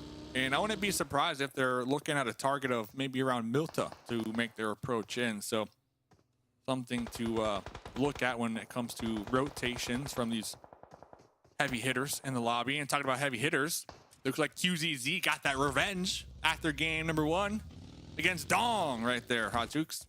Oh, yeah, I mean, Dong, always sneaky, hanging out in that grass. And QZZ getting that elimination's got to definitely put them at ease. This is a pretty tough complex to hold right now if you're Puppeteers because it's difficult to rotate away from it.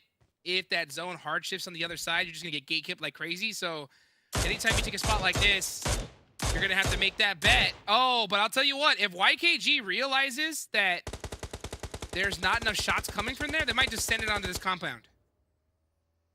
A lot of teams right now still in their vehicles, just trying to make their approach into the circle. Excuse. Shut down. Yeah. Finding out the hard way, this is not the place they want to be found at right now. Losing one. Peekaboo in the kill feed. Running over a member of Skills of Mind. A lot of vehicle action right now. 2 hard shifts in a row. YKG with the run over and now just tearing up team mobility. You're going to see Craze go all the way down to the bottom of shelter. He is not leaving that spot. This is so dangerous, too. I don't even know YKG's going to go down there. There's no way. That's so risky. They're smoking it out fully. That is dangerous. Oh, we got it blocked, though. We got it blocked with the buggy. Yeah, but it's not exploded. It's not exploded, so he can still get in that buggy and back it up. Back it up. 24K. Craze I think you is leave gone. Craze. Just leave Craze be. Yeah, Craze is not. It's so hard to moving. run down this because, like, the angle is so steep that if you're coming down the stairs, Craze will see any of the members of YKG's feet before they even look at him. Oh, whoa. So 24K, though, got a buggy. Do it. A little too hungry, though. It. Obviously, No, we want to see it. We want to see it. But looking at the next circle, another hard shift going right towards Milta Power as if it has a magnet this game. But 24K, you could tell they want to get this elim. They know there's a player down here. They also do not want to get backstabbed, though. So I get it. You know, you leave the area, and then next thing you know, the solo pops out, takes a couple shots in your back end when you're busy fighting in hyper. That's not what you want either. But they could blow up that buggy, if I'm not mistaken, and trap Craze down here, right, Hot Jukes? Yeah, but they want the point. They want the point. They're going to have to decide what they're going to do, though, and they're going to have to decide really quick. The zone is starting to close. It's got 18 seconds left. And we're going to hit Zone 5, and Zone 5 is brutal. Really starts chunking down that HP. Puppeteers, I don't think they've even found their next spot. I think that they're just going to blind rotate. I think that's exactly what's happening. Yeah, Fang, you could just see by the way he's driving, this is just a pure blind rotation, just hoping for the best. The same can be said for a couple of these squads, though. We're looking at Phoenix. I was looking at the map. K19, Golden Eagles, Angry Amateurs. A lot of teams right now just kind of lost in the sauce here with these hard shifts. Just trying to find some cover, trying to do their best to survive here. Still 15 teams. We only lost 1 team. Yeah, we have a couple solos and a couple duos. Still 15 teams. So if you get taken out now, 0 placement points here. Jukes, Robert. Remember, Robert has been solo. Been solo since the beginning. Not implementing the shack attack. Trademark pending, but instead going to be here underneath these logs. Let's see if they get this 1v1. Look at the markers, too. All of Phoenix are looking west. They're not even looking in this direction for the time being. Nope. And the more time that Robert stays quiet, the more false confidence that Alpha and Phoenix are going to have here. So, he didn't do that gun switch. Yeah, that's risky. I mean, any little these players are so good. They hear that one little audio cue, they're going to get paranoid as heck. So you got to watch out for that. Yeah, Puppeteers just with the blind rotation, not really prepared for the zone. Just taking advantage of Rin. Is he going to spot the fellow player from Puppeteers? It looks like they got their minds focused on too much, though. Wow. Fang does get picked up. Faye's on the run with a buggy. Oh, he's out of there. Wow, they saved him for now. And Robert took out Alf. Robert took out Alf. Wow. So Robert sprung the trap, gets the confirmation. Love to see it from him there. YKG starting to push onto SLR. Dragon Baby. With the pre-nade. Gotta watch out for it. Might be looking to toss it through not one, but 2 windows. Oh, that one hurt both of them. And now Dragon Baby is going to hold it down with the UMP. Joey on the run. Done for. 24K. Got to hit these shots. Got to hit them. Too good. Blue zone. That's it. Yeah, 24K going for the heal. He had no choice. He wasn't going to make it running in. So that is going to be it. A nice pickup for SLR there. And Hyper soaking up even more points here. 8 eliminations. Dave. 8 eliminations while that fight was happening. Our Robert Homeboy did get taken out, but like you mentioned, they were able to acquire at least 1 point, catching Phoenix off guard. Phoenix did not get that revive. They're going to be pulling up right behind Fang. MENA4 has been holding this down for a hot minute, but Onying with the double barrel shotgun. Are you even surprised? Is going to be getting 1, and now they have this Harry Potter tower for the time being. MENA4 just so separated here in Lumber Mill, all over the place. I'm not sure they're a team that can really hold down crashes as individuals. They definitely prosper as a unit here, in my opinion. But now Slimmy tossing in some grenades, trying to get the connections on the second story. Did we all pick MENA4? My goodness. I believe so. I believe Cameron Davis had it Copying my homework. But then saw that you did pick MENA4 with a late switch. Beautifully executed. Slimmy. Going for the headshots. Ooh, barely misses Onying. Oh, wow. Onying with a beautiful nade there.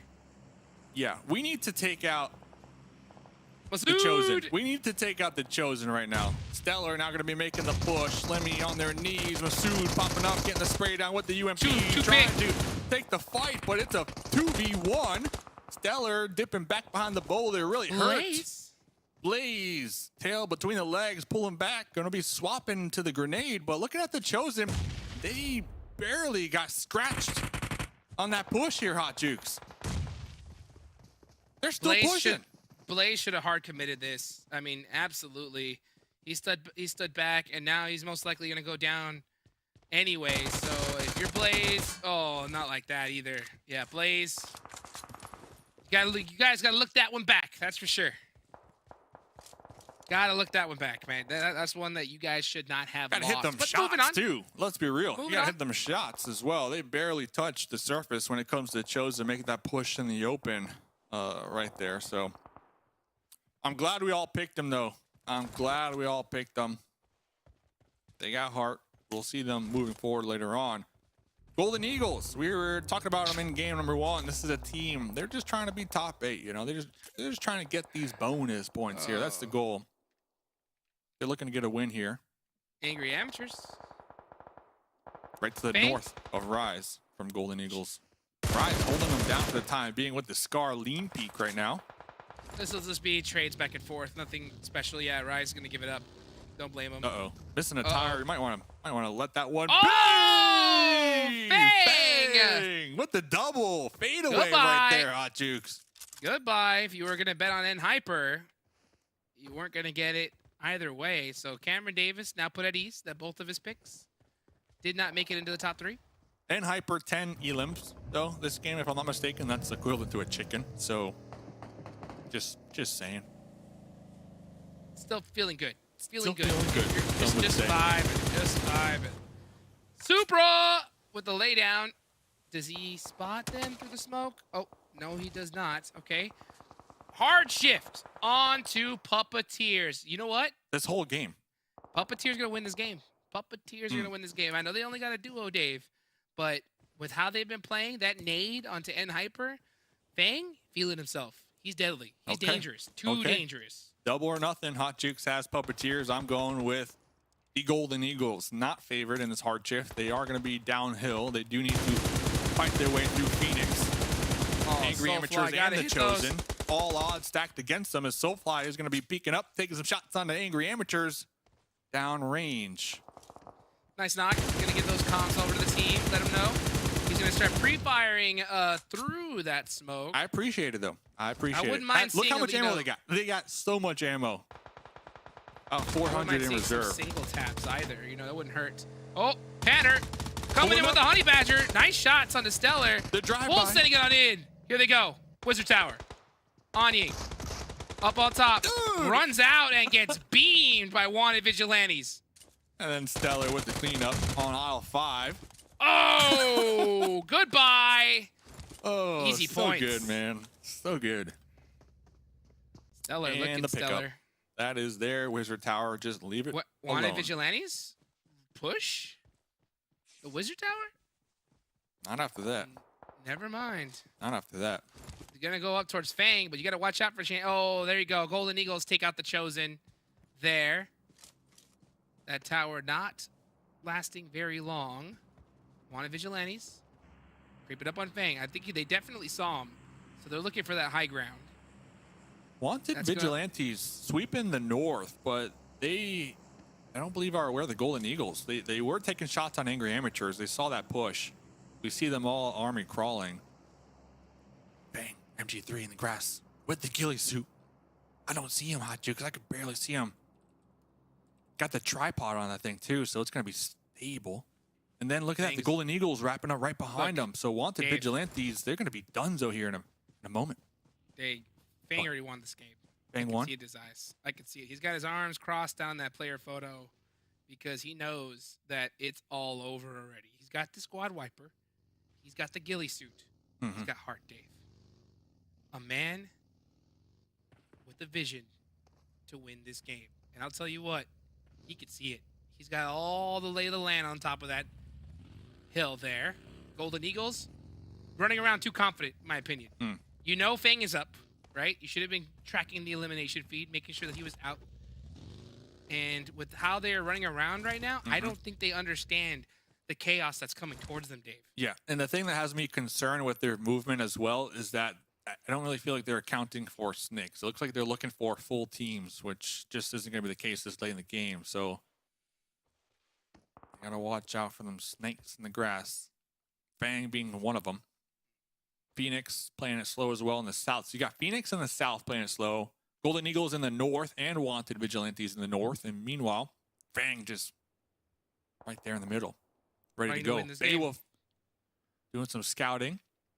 2 members of Wanted Vigilantes on the opposite side of this tree here.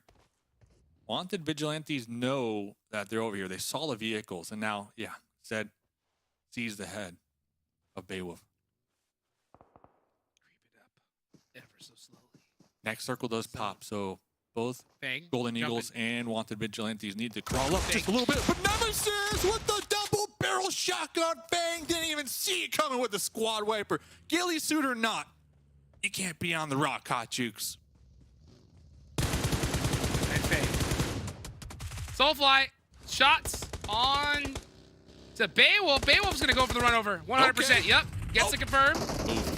In the blue zone. That's just a great distraction. Zed, beautifully played there from Golden Eagles.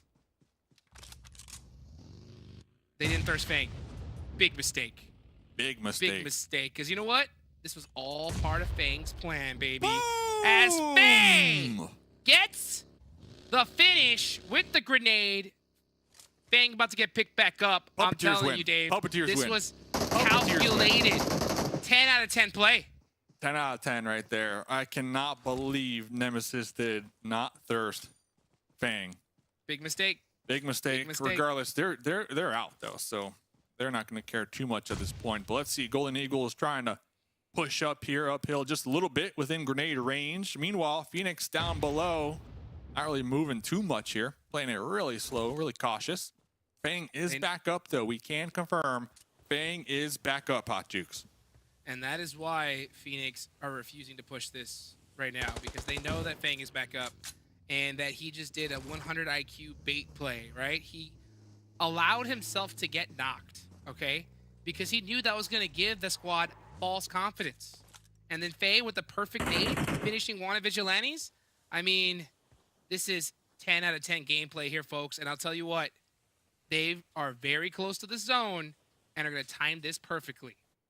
I believe this is a big mistake. Golden Eagles not pushing up that hill and taking the position away from the Puppeteers right there. Obviously, they don't know they have the numbers advantage, but that is a good position, a power position in this zone to take up. Now they're going to be turtling up right behind this boulder. And across the way, Diamonds on the top, looking right in their direction. Oh! Diamonds with the M4. Yep, I do not like this push from the Golden Eagles. And look at this, Baby Tang is stuck beneath them. Diamonds. It's going to be a rough one to make their way out of here, Hot Jukes. Oh, Baby Tang catches the nade. How did he find that angle? Literally just threw it blind over and just hits the mark. What a lucky nade. Or is it all skill? I think it's a little blend of both. Tell you what, though, Puppeteer staying very quiet here. Canary's looking in that direction just in case. Doesn't realize the chaos that's coming from that direction. But if we look at the terrain, Golden Eagles only have one pathway out of their current spot. That's true, Dave. That's only true. one pathway out. So Ronnie saw Fang for sure. Ronnie saw Fang because he wouldn't... Oh, or those smokes probably gave him away 100% as well. So Ronnie's going to be looking in this direction, throwing those nades. Fang creeping up little by little. Faye is now going to let the squad know where he is. Calculated play, another one. And let's see if Faye can spot Golden Eagles here. You got to watch out for Ronnie. Might be done. Ronnie might be done. Faye did see Ronnie right there in the distance. Another nade. But look at that. Look at that. See, we were talking about that choke point. The mollies now from Canary. Golden Eagles, they're stuck like Chuck for the time being. Uh-oh. Here you comes go, Faye. Faye. Here comes The Faye. DBS. Uh-oh, the nade. Got him. Easy thirst. And confirmed. Calculated. Like you said, Hot Jukes. Fang on the tear, feeling himself. Canary forced to lay down. No choice but to fall in fear. He even takes off his backpack. See, here, please take it. Big scared. Take it. Big Just leave me scared. alone. Let's see what Golden Eagles can do. Looking to time this and third party this at the perfect moment. Diamonds could hit a clutch double nade here. Second thoughts. This is it. Puts it Stage back. 9. This is it. This is 2v2. it. This V2. zone is going to close. Rise has a beautiful angle. Canary Oh, no. with the laydown. Oh, no. The jumping S12K, though, is going to be too strong. Yeah. And Faye's going to get the res. Oh, my goodness. Diamonds. Oh, my Diamonds. goodness. Diamonds looking to hit a big Oh, the nade grenade. for Baby Tang. in the open, running right past Diamonds. Diamonds stay Didn't even look quiet. in this direction. Faye have to make a play, and Faye stands up, gets one, but it ain't gonna work out for Puppeteers, and now it's all Diamonds! From behind, 1v1! Full send. Baby Tang throwing a Molotov. Beowulf giving the comms, letting him know where he is. Is Baby Tang gonna go for this res? Can't do it. Can't do it. It's all Diamonds. That nade looks gross. Oh, so close. Now that Baby Tang is gone, that's gonna eliminate... I'm sorry, that was Beowulf. That is going to eliminate the comms. Now Golden Eagles doesn't know where he is, but he has a good idea Beautiful. as that Molotov was On right fire. on point. It caught him. And we're going for the pickup. Get the pickup. Get the pickup. Can't You do got it. time. Can't do it. Too risky. Wow. Well, then Rai should be crawling up to get the intel, honestly. And I think that's exactly what he's doing. He's going to call up and make a distraction. Get the And intel. Baby Tang's going to just come up and go for the thirst here. So it should happen. Yeah, he hears the scooting from Rise. He's going to stand up and actually go for those shots. And Baby Tang did not push at the same time. He's going to challenge it, though. Here we go. 1v4, back and forth. And wow! Golden Eagles. Caw-caw! The last bullet of that UMP wins the game. Golden Eagles, baby, coming out on top. It was getting a little sketch, though. It was getting sketch. The timing was off. They forgot about, they forgot to check their back end, first of all, making that push as they were tunnel vision onto the Puppeteers. But, Hot Jukes, at the end of the day, we talk about momentum. We talk about confidence. 10 elims, the Golden Eagles, NA, baby, are right back in the mix. Let's get it going. I gotta give a big shout out, of course, to Fang from Puppeteers, allowing Golden Eagles to win that game, Dave. Wow, I mean, crazy to see, you know, the strategies here. I mean, just letting Golden Eagles win that one and hopefully trying to win it later. We're seeing something different here, Dave. This is my Golden Eagles sending you guys to break.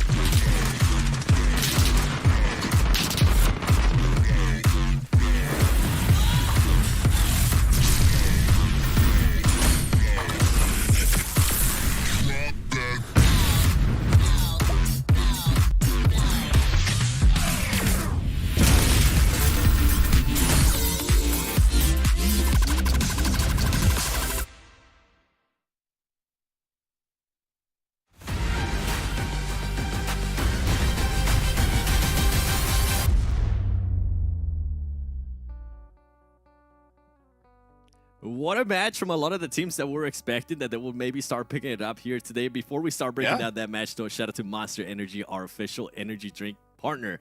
Golden Eagles, Cam.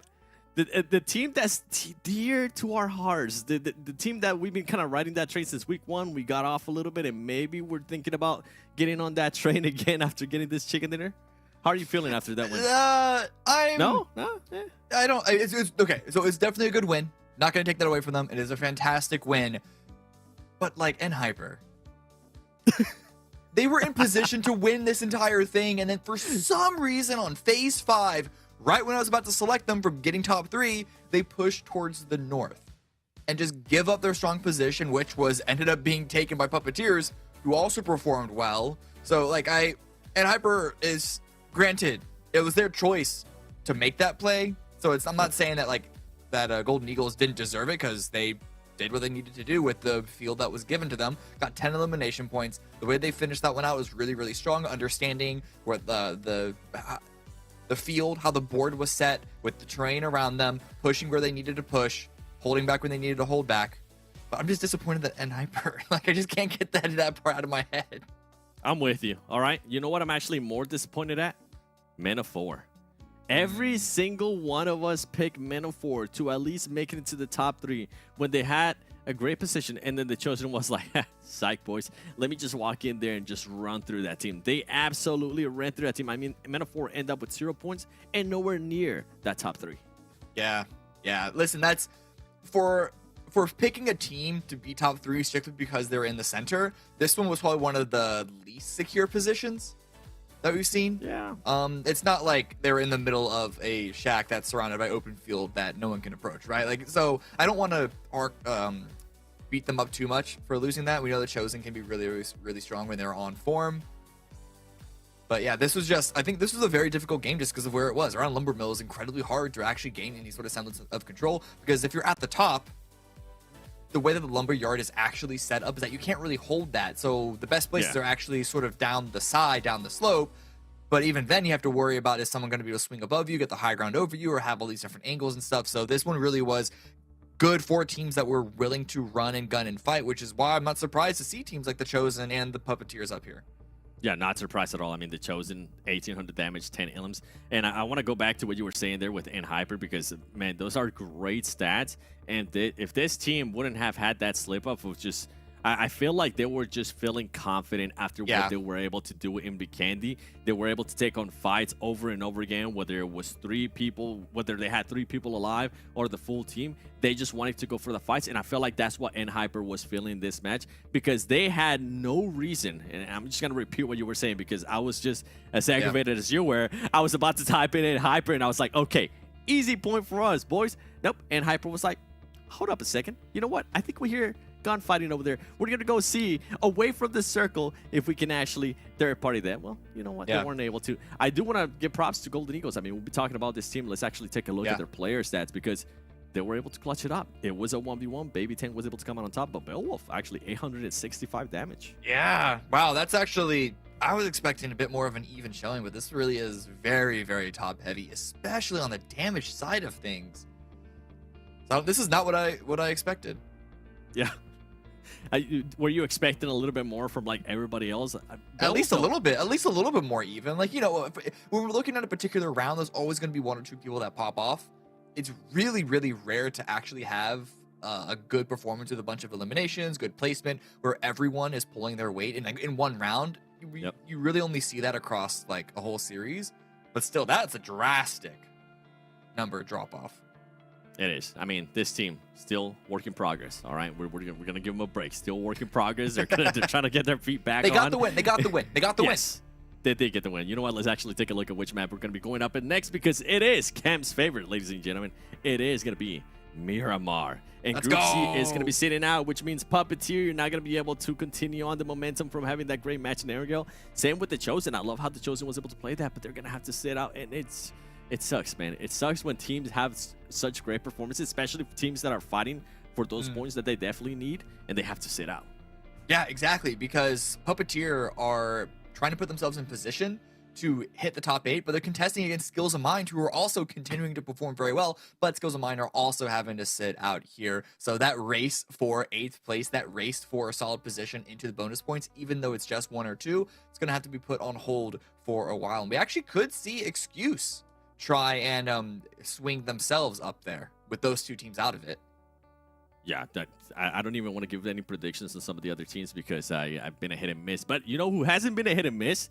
The people that have been using that hashtag PMPL NA on social media, because we actually got somebody to get the prediction right in the last one, and that was Relapse. Nice. On the YouTube chat. You actually ended up picking none other than Golden Eagles, so congratulations. But there was somebody else that I feel like got clickbaited by Men of 4, and I'm just going to give you an honorary mention. That was SSJ Dark.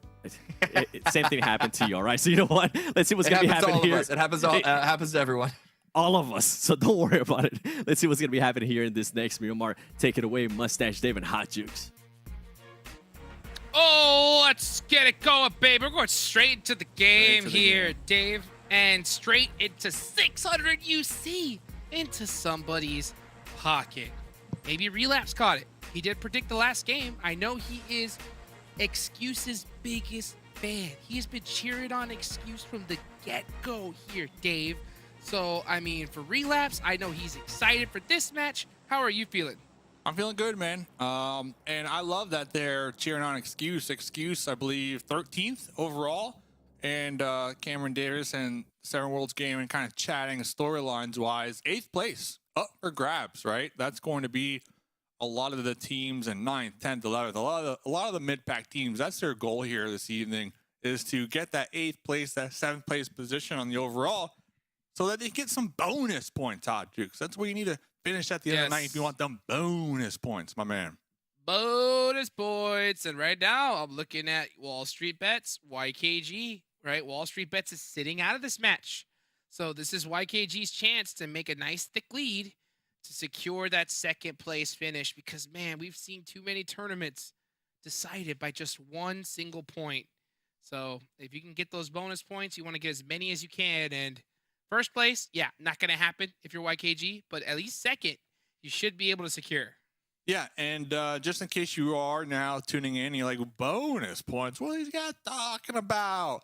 Well, every single week, there's 3 weeks, and based off of the leaderboards that week, teams get bonus points. So they have to finish at least top 8 in order to get these bonus points. And then when the finals come rolling around is when all these bonus points come into play, because what these bonus points do is we get to the finals, the leaderboard is fresh, it's clean, but you know what's not clean?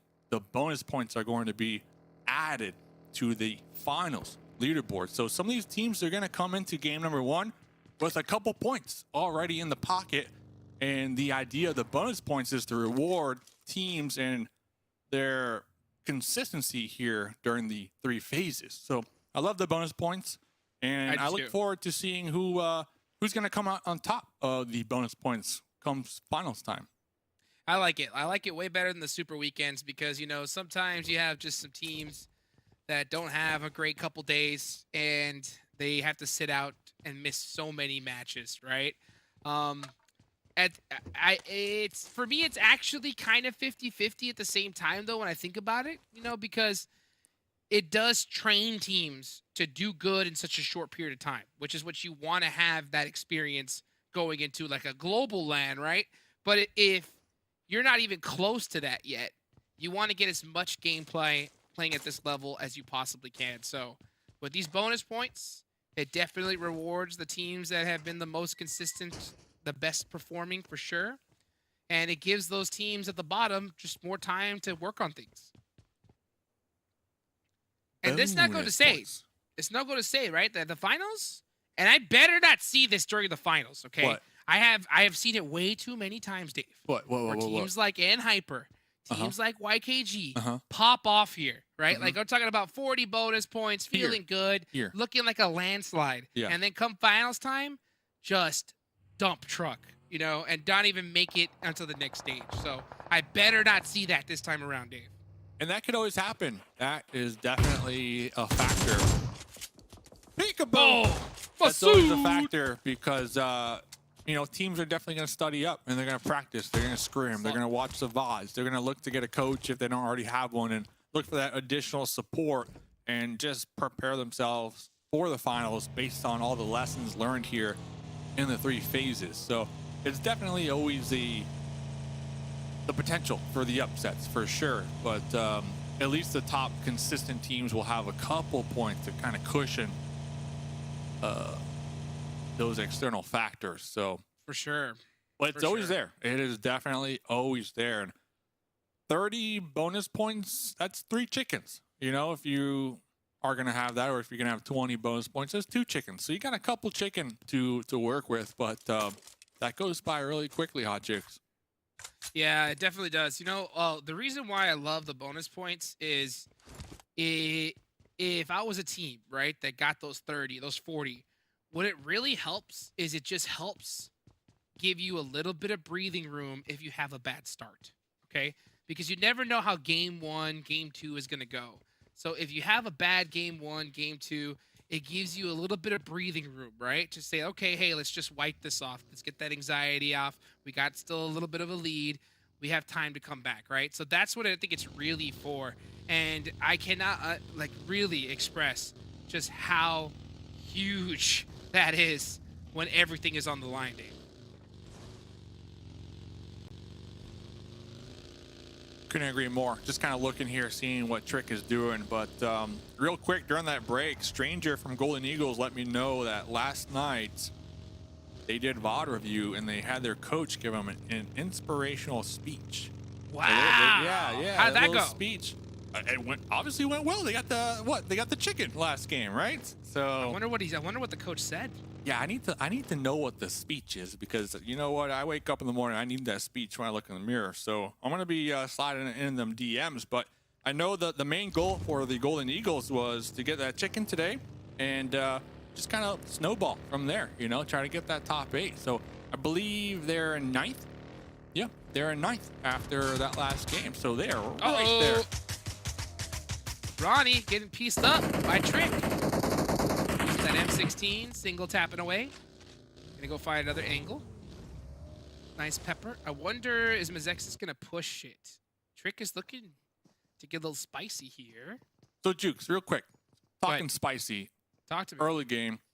I know we still got the finals, and I'm getting way ahead of myself. But the next lobby, it's Americas, right? Yes, that's What correct. team here will actually be able to perform in Americas from what we've seen so far? Okay. If you had to pick one. I If you mean, had to obvious. pick one. If I had That's to pick not one, in hyper. it would be YKG. It would And be not YKG. It would be Execute. Okay, that's what I was kind of fishing Yeah. for. I want like that third team, you know? And I'll tell you what, I want Execute to do it. And the reason why I want Execute is because, you know, you have Tensa, who's been there at a global LAN. That is an experience that is invaluable. I don't care how you got there. If you've ever competed in a global LAN, right, it is undescribable, right? You're prepared for the things that will happen at a global LAN, okay? The game is not the same, right? I mean, you have a lot of audio going on crazy. You got air cannons going off. You know, it is definitely a lot to work with. Chico. See if we Air can get that cannons. knocked Yeah, there. But you it's can't hard. practice the air cans, though. You really can't. You can't teach clutch, right? That is one of the biggest things ever. So Tensa having that experience, I think it was going to help that squad, you know, really just have a little bit of confidence going into that stage, right? The issue is how they're splitting right now. It just makes me nervous because it's just not going to work at Americas. It's not going to get even close to. If they try these 2-2 splits, they're going to get steamrolled by squads, right? Because in Americas, those Brazilian teams are so hyper aware of any time a team is a little bit too split, and they are full sending it on over. Mm-hmm. And they will push on you, Dave, just like the zone pushes all the way to the side. Oof. Yeah, we'll continue that topic here in a couple of moments because, like you said, the air horns. I know some people might think we're joking, but you got the air horns, you got the crowd, you got the flamethrowers, you know, the sparks. There's so much going on that you really can't teach or prepare for. But Golden Eagles off of a really solid win last game, going to be up close and personal with Phoenix. Canary already down. That off angle, Baby Tang will be tagging and bagging them. Rise stuck in the corner with the molly, bolting on out with the M249. Oh, going to be taking a couple shots and then quickly dipping back behind cover. Like they saw the ghost right there, Hot Jukes. Ooh, I was surprised he wouldn't just like empty that clip on that bus, at least try to blow it up. But instead backing it up, resetting. That's not a bad play at all. Rise is tempted to do it again, but he is watching out for that Molotov. Let's see what Beowulf is going to do here. Going to go down, actually. His teammate. Now can Beowulf clutch this up onto Alf? Alf is so beat up. This should be an easy finish for Golden Eagles. Flying away. This is risky, though. Going for the open air revive. Yeah, okay, Baby Tang was able to get that still, but the open air revive up there at the top. Very interesting. Very interesting. So, Golden Eagles, the inspirational speech, the winner wear chicken dinner. They told me, man, look for that snowball. Once when they get that chicken, they're feeling good. Now, the goal, top 8. Bonus points. So, 5 elims so far. Fly away, fly away. I know that you've been on the Golden Eagles hype train for a long time, Dave. Good to see them finally putting some points on the board. Looks like we saw Team Mobility, has been coming up quite a bit in the recent days. It looks like we see Trey get knocked by... You didn't ask me my team, Hot Jukes. What was your team? What was Wall Street Bets. Wall Street Bets. Yeah. Over execute? Wall Street Bets, they have it down packed when it comes to placement points. They are really good at like finding compounds and holding down 2-2 splits in those compounds for that late game. We've seen them time and time again. And the leaderboard also shows it. I believe they have the most placement points out of any team. They have more placement points than NHyper and YKG. The only thing they need to work on, in my opinion, is cranking up the elims factor, and when it comes to that, I think we've seen them in these compounds a lot of times where they would have like a friendly neighbor, right next door. And instead of pushing or throwing grenades or anything, they just let it be. I think if they can try to focus on maybe flushing out the neighbors and not being friendly, they could definitely acquire some elim points in that fashion. But Wall Street Bets, that's my squad.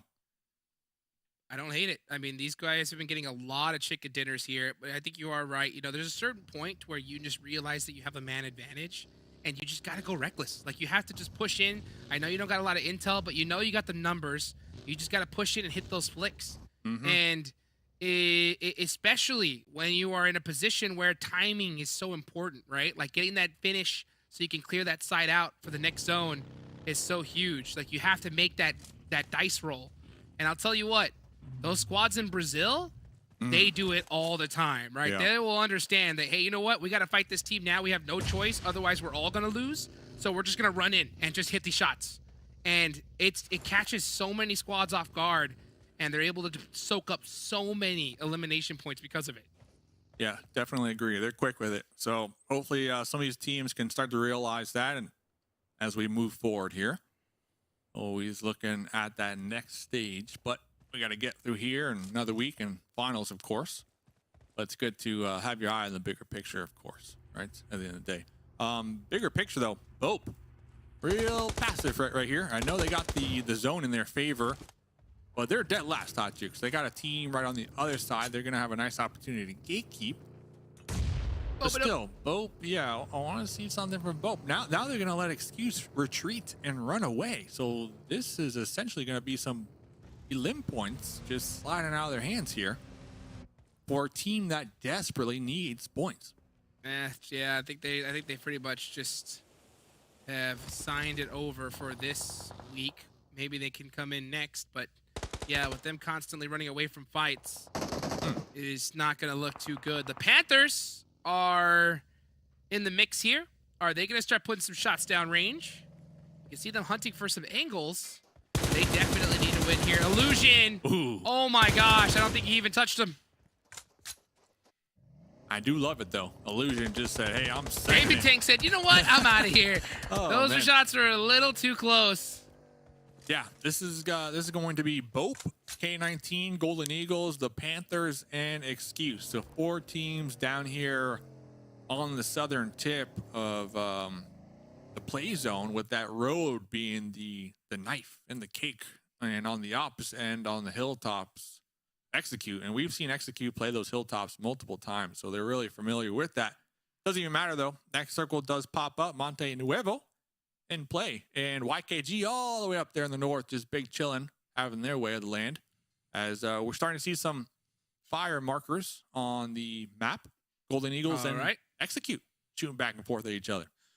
This is a big fight. This is a big fight because it's going to really tell who can possibly control this side of the map. Honestly, all these teams are just in big trouble. This is not the place you want to be, but this is what you got to get done, as Illusion is trying to drive off away in that McLaren. Oh, no. Nate Oh, with no. some angles, trying to avenge his teammate Chronix. Oh, my goodness. Yeah, just leave it. Honestly, like, sometimes the eliminations just aren't worth it. It's just worth just getting into the next zone. Welcome everybody in chat, by the way. Things are just heating up here on this Miramar map, so you're tuning in at the right time, as we are going to be looking at no hacks from BOPE, trying to get these grenades, the heat-seeking missiles here onto Excuse. Looks like Excuse were able to get the pickup, the revive. But this goes back to what we were saying. BOPE desperately needing points. Still playing this one really cautious here. Jukes. Yeah. Retreating. Too cautious. Retreating. Too cautious. Sometimes it's better to just use that M4, especially when you're in a position to gatekeep. No hacks really risking it right there. And still running no. Okay, finally, there it is. All right, Trip said, "I've had enough of this." Shuts down that shot. And looks like Legend, though, will catch no hacks. So no hacks running into just the lobby, it looked like. Not sure what he was up to there. But Trip is hungry. Yeah, Trip's hungry. Great off angle. Attempting to save no hacks there for a moment, but no hacks just kind of running out there in the open, taken out regardless. Tensa and the kill feed getting taken out to themselves. Now it's going to be BOPE looking at the compound of K19, but with how slow BOPE's been playing here, they're most likely just going to be pinched here and taken out by multiple teams in the area, because Excuse is still looking over here. Relapse's We don't see him, but they're squad. still looking. Relapse's favorite team. Can Excuse make him proud?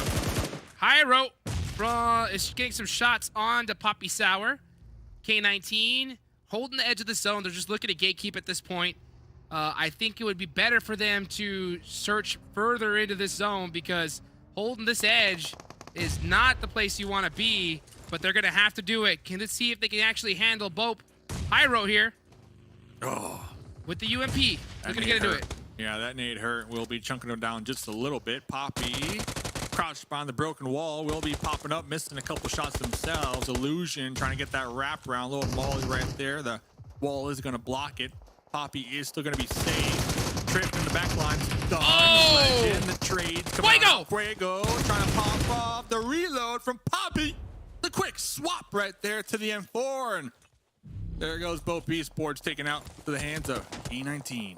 He actually ducked those shots, which was pretty crazy. It was really nice to see there. Let's see what the Panthers can do. It's just Nate, man. Nate, once again, Big Nate trying to hold it down for this Panther squad. And you're going to have to do it against Baby Tang, who is a monster.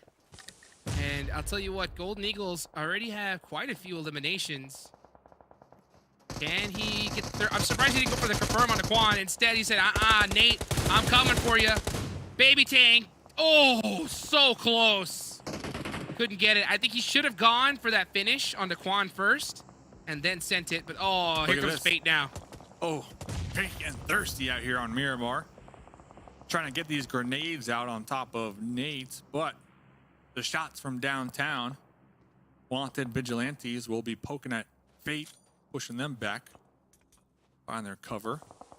kind of the saving grace for the time being for Nate. I don't see Fate doing that again. So Nate might be able to survive, live to tell the tales another day here, Hot Jukes.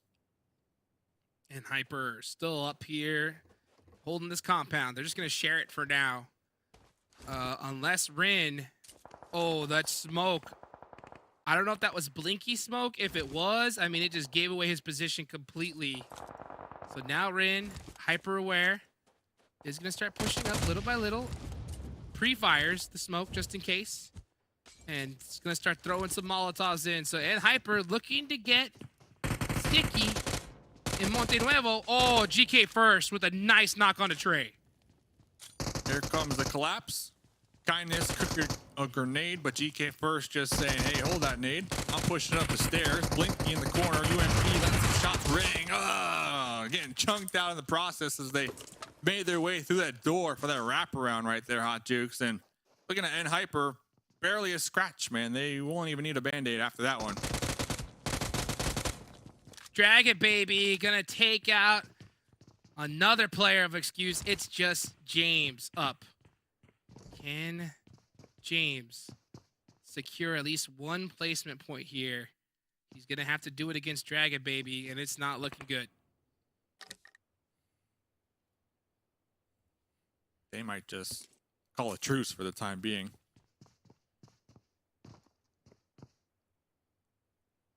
Do it for relapse, James. Yeah. Do it.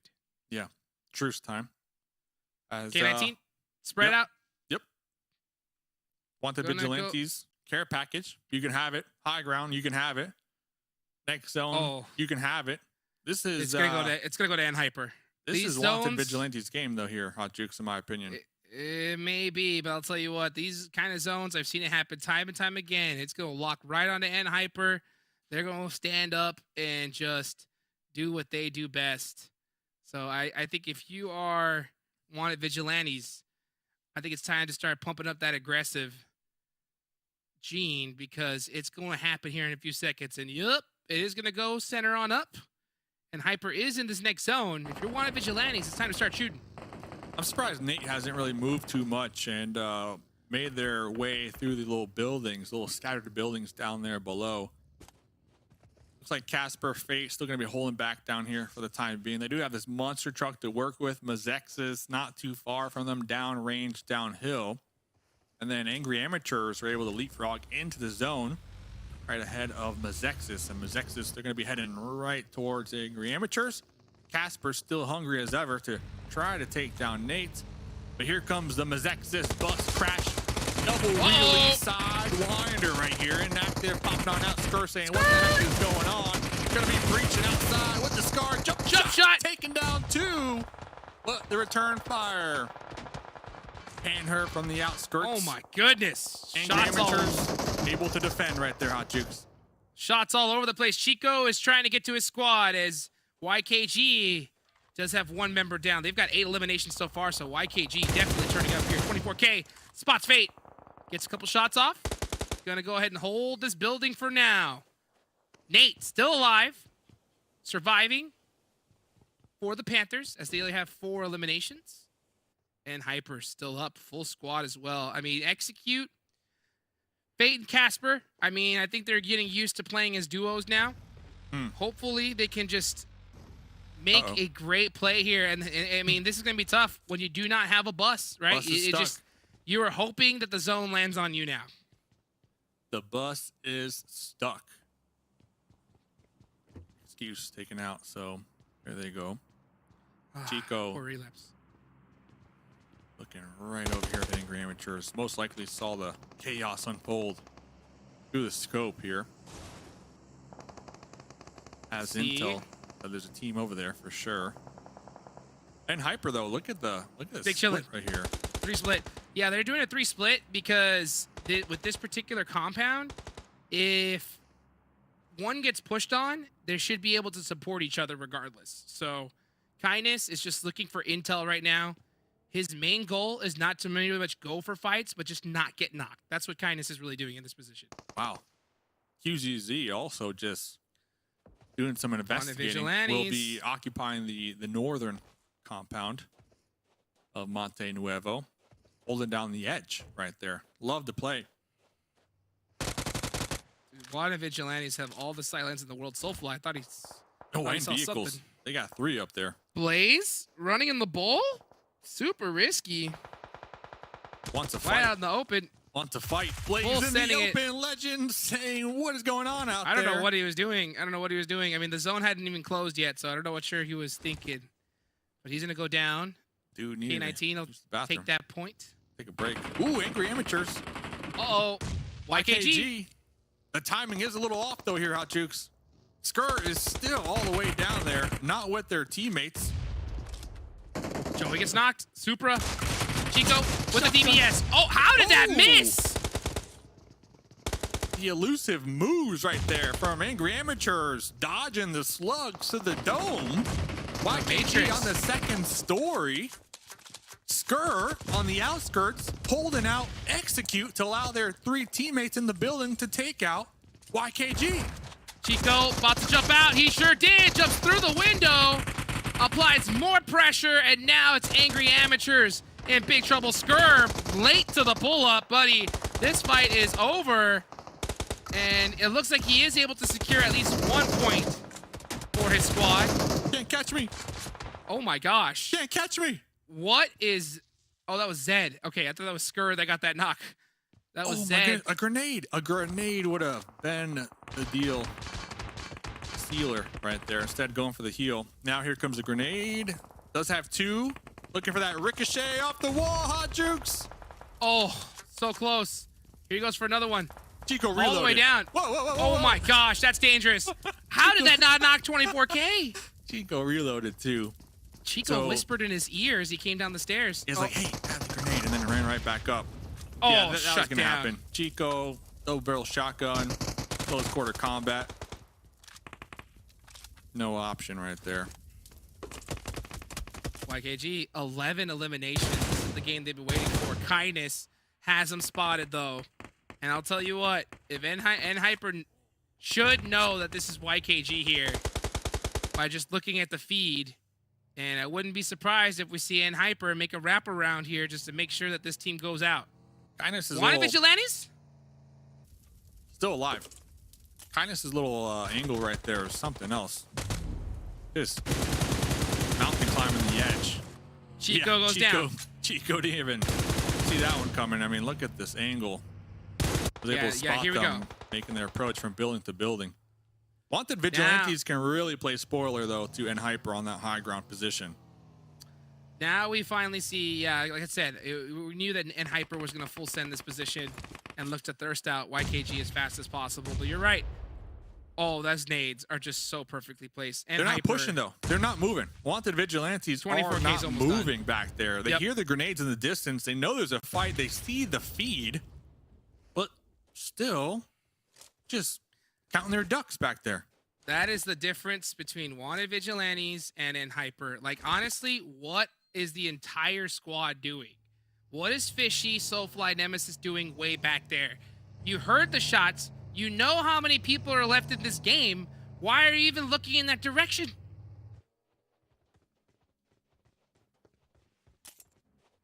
Eight elims on to N-Hyper. 5 for Wanted They're not prepared for this fight. Vigilantes. A classic Miramar 4v4. Nemesis still on the back lines right there, looking behind him. Zed in the front Dead. lines. UMP is about to be faced up against at least 3 barrels of weapons. Now with those shots, the whole team should be facing this direction now and sending it.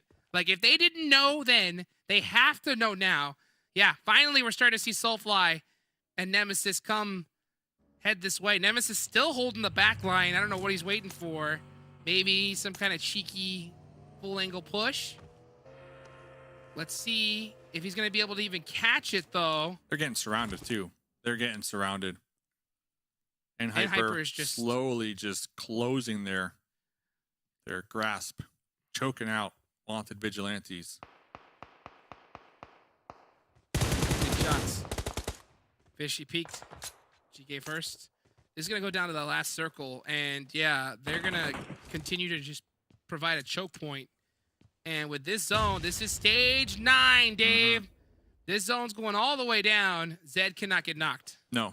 But Zed does have 2 grenades to work with, so one really nice grenade on the 2-2 split from Hyper can be the coin flip, the coin toss for Wanted Vigilantes.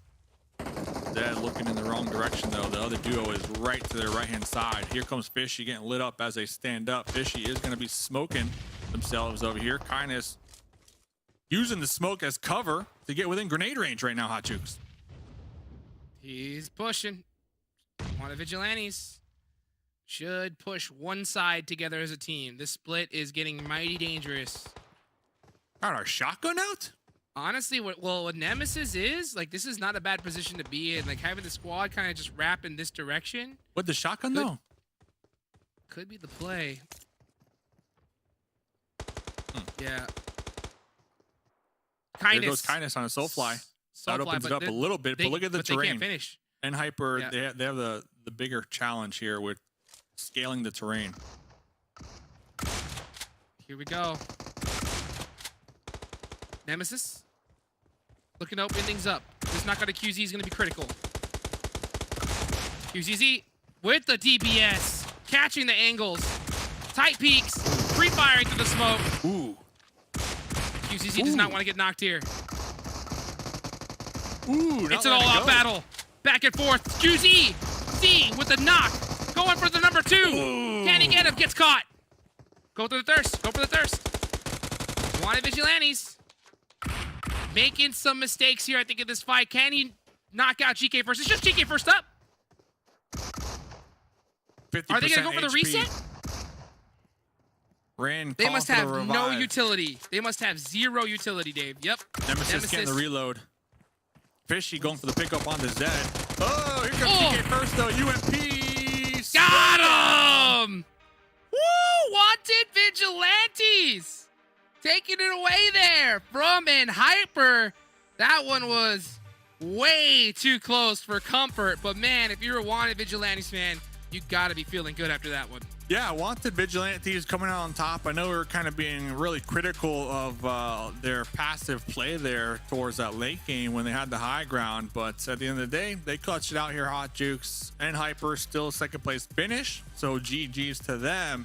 Wanted Vigilantes, like, what do you think about this team? What do you think this chicken can do for them moving forward here today?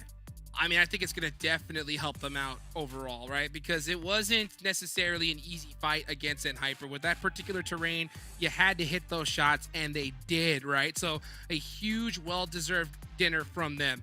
I think they're going to look back at that match, figure out where to tighten things up, right? Maybe move a couple cool, places a little quicker. But, I mean, at the end of the day, getting a dinner here, it makes it know that, hey, we can take out Hyper at the end. Right? All we got to do is just do what we've been doing. Do what we've been doing. And we saw 2 players from Wanted Vigilantes right there on the match report. So it is a good look for them as well. Ladies and gentlemen, we got more games to go. Don't go anywhere. Thanks for tuning in on this Sunday evening. We'll be right back.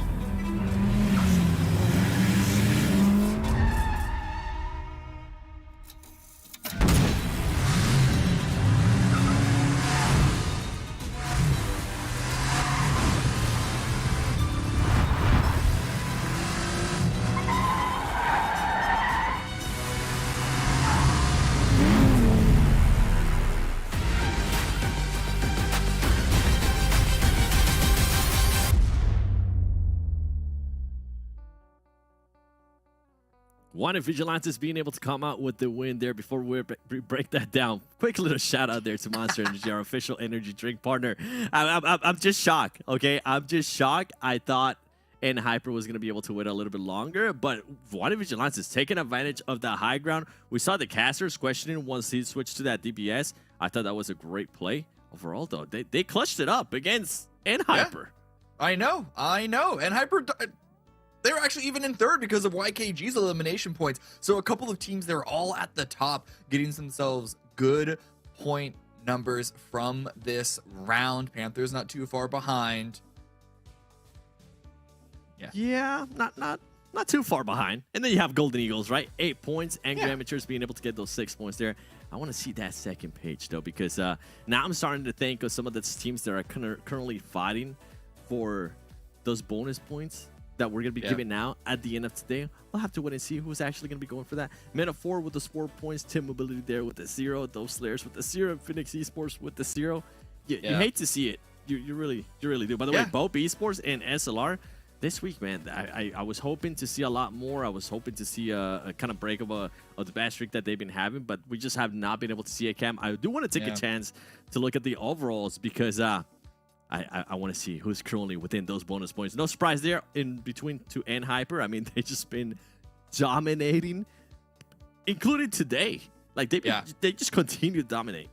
Yeah. This is the weekly overall, and Hyper with a 51 point lead. 51 points after 19 matches.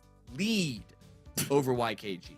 This is not, there is no fighting for first, and Hyper have first. Right now, it is going to be a fight for second place, but off of that really, really strong game, WALLSTREETBETS, they have one fewer match, so you got to take that into consideration, but they need to come with their own A game, and then Execute as well, who are in range. But I'm really focusing in specifically on YKG WALLSTREETBETS for this one.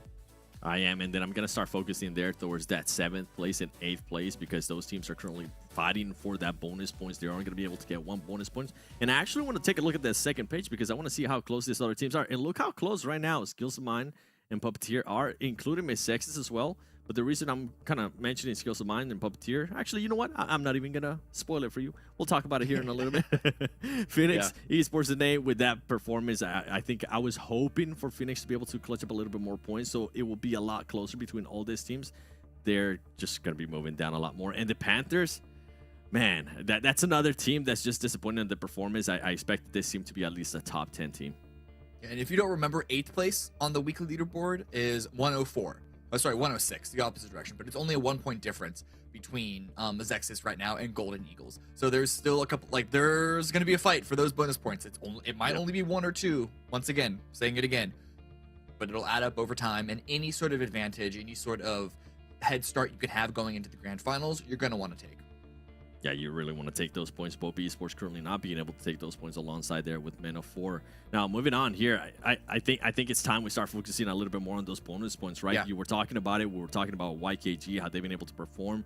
YKG, they are going to be going into the last match for today, so I'm pretty sure they're going to be looking to close it out in a big, big way. Now, a team that is going to be able to get a chance to play the next 2 matches is going to be WALLSTREETBETS. These teams, I feel like they've been kind of neck and neck in regards to how they've been able to play. WALLSTREETBETS, I feel like they've just been a lot more consistent. They have. We talk about them like having the big ups and the big downs, but when you actually crank the numbers out, placement-wise, they've been doing really, really well. They have more placement points than even Hyper.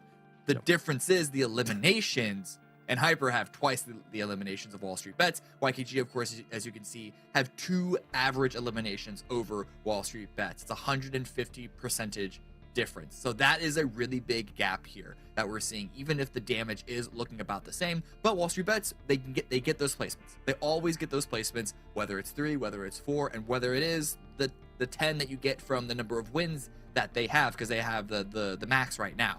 But as far as individual players between the 2 teams, I'm looking at D from WALLSTREETBETS, and I'm looking at 24K from YKG. For D, he has the most eliminations on his team, but it's the damage that really stands out, having a pretty far and away separation of him and everyone else. He's currently sitting at 5.5K. Second place is 4.8, which is pretty good, but that's still a clear difference there after 18 rounds. And then for YKG, it's 24K. We already know 39 eliminations for him, sitting at 7.3K damage. Like, those are the two stars that I want to see, like, the not the literal head-to-head, because you can't really get that in a battle royale, but as far as the spiritual head-to-head for these last few rounds.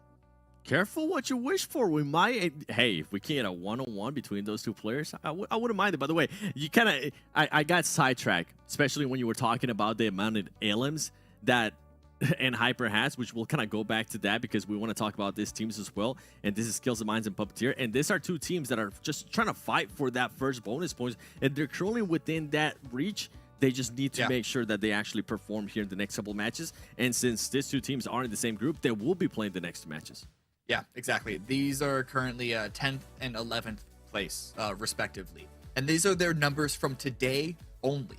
So, Skills of Mind, looking better than Puppeteers. Even though we did see your Puppeteers in the end game of the last Erangel game, Skills of Mind average over the first 3 rounds that they've played so far, looking even better. And Skills of Mind was a team that was in week number 1, 18th place. So the fact that they are in the range of breaking into single digits and getting those bonus points here is a success story. That's really exciting to see. It really is, and I want to see one next match we're going to be playing, because if I'm not mistaken, now it's my turn. Okay, Cam? There you go. Sanhok, baby. The madness. We're not going to be ending it with Sanhok, but I'll take the madness any chance we can. And NHyper's not going to be here. A lot of these teams that we're just talking about, Skills of Mind, WALLSTREETBETS, Puppeteer, all of them, they need to take advantage of that, because NHyper has been on the tear, as we were mentioning. Let us know, who do you think is actually going to be able to come out on top here in this next match in Sanhok? Use that hashtag PMPL NA. And while you're at it, get ready, YouTube chat. I'm looking at y'all. I'm going to be asking you for predictions. And just to bring up what you were saying earlier, okay, now that I have a little bit of time here, when you said they double, NHyper double WALLSTREETBETS elims, well, NHyper has 162 elimination points to 74 from WALLSTREETBETS. That is just absolutely insane. You know what? Let's go to a Sanhok. Let's see what's going to happen. Mustache Dev, Hot Jukes, take it away. It's time, baby. Sanhok. Papa Blue. UC giveaway code at the bottom of the screen. Let's get hype, baby. There's 2 more matches left to go. I am ready. How about you, Dave? I don't know how I feel, man. I don't know how I feel. I picked Wanted Vigilante last game to win it. They put me with some other team. All right. I feel like 7. I see you, man. I see you. You know what I'm saying? I'm over here trying to be 5 for 5 tonight. That's all right, guys. It's okay. We all know. We all know. But Hot Jukes, this game, Sanhok, Bootcamp, YKG are in play. So they're going to be having that one to themselves. Big chillin'. Who is sitting out? NHyper. NHyper. That's going to leave this mobility. That's going to leave that entire south side of the map completely open. Sami, Camp Charlie, Nakam. So, I mean, I hope these teams really realize that, especially a squad like Men of 4 who's been having a lot of trouble today. There should be easy loot and scooting for them. As we are seeing the zone, hopefully gonna get a K finish. I have to beg for it, Dave. I have to beg for it at least once a day. No. Nope. Nope.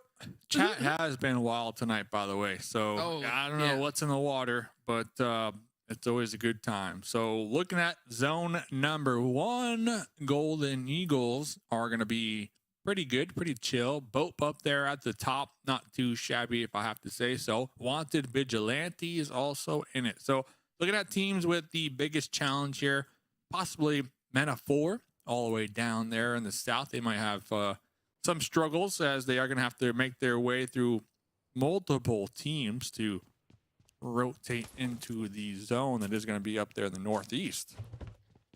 Let's see. YKGE landing in boot camp is going to be their good old-fashioned place. So the Panthers going back to Paradise Resort. You can see them there. Man, dude, the Panthers. Come on, dude. This is your game. This is the one, okay? If this isn't the one, Dave, if this isn't it, then they need to talk to the Golden Eagles and get that speech. Okay? Yeah. That's what needs to happen. Let me borrow some of that what speech real quick. They need to borrow some of that speech, baby, you know? Get someone to get in there and give it to you because, man, dude, this squad has been on the struggle bus. Average 2 eliminations in Sanhok. What is going on? Quan and squad, hopefully, can get it turned on here. Let's see. Wall Street Bets. Dude. What about? To the moon. To the moon. They Yeah, I remember are... that. They are big chilling right now, still in 3rd place. I think with YKG's performance, that is going to leave us, I think, too big of a gap at this point to catch up, right? What do you think? Too big of a gap. Let's see, what are they at? 179, right? YKG, and right behind them, yeah, it's gonna be 25 points. With 2 more games to go, if YKG don't do anything, they could catch up. But that is with YKG not doing anything, which we really haven't seen so far. I think maybe 1 game they got taken out early. That comes to mind when they made like a really questionable push, but hasn't really happened since then. So I don't know. At the end of the day, though, 3rd place for Wall Street Bets is a That's W. dub. That's a W. Last week they were 8th. So Yep. huge W right there. I mean, they doubled their placement points since last week. Crazy They didn't performance. really double their elim points, but still, they're looking a lot Dude. better on the overalls. How many chicken dinners did this squad have already? You know, 5. and the thing is like, we don't know what the PMGC road is. We haven't talked about this, right? But last year it was overall points from both the spring split and the fall split, right? That went to the Knights to get that automatic ticket. We're not sure yet what's gonna happen here. So Wall Street Bets soaking up a lot of chickens and getting those points.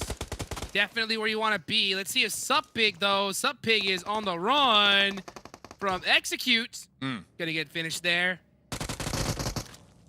That's Nice dirty. confirm. Stellar's not even over here. Stellar was looking ahead, looking to find a place to call home in the next circle. Meanwhile, Execute on the hunt. It said, Dave, you're picking Wall Street Bets, Dave, for the Americas? Well, guess what? We're showing up. We're gonna make Papa Jukes proud right now. Let's go. Gaji. Looking to take out the Chosen. Gaji not putting up a fight, though. Not going out. Not going out easy. I am looking at the chat as they are reacting to that last game. What did they say? Crazy hype. Oh, they What'd are they say? going absolutely nuts for wanted Vigilantes. Let's see if Gaji can get them hyped now. Unfortunately, not able to hold it down. UMP. It's either UMP or shotgun, Dave. UMP, shotgun war to the end. Yep. And Jason from Execute is still going to be across the bridge for the time being. Is going to be in their own little skirmish as we see them jump down right there. I believe with Stellar.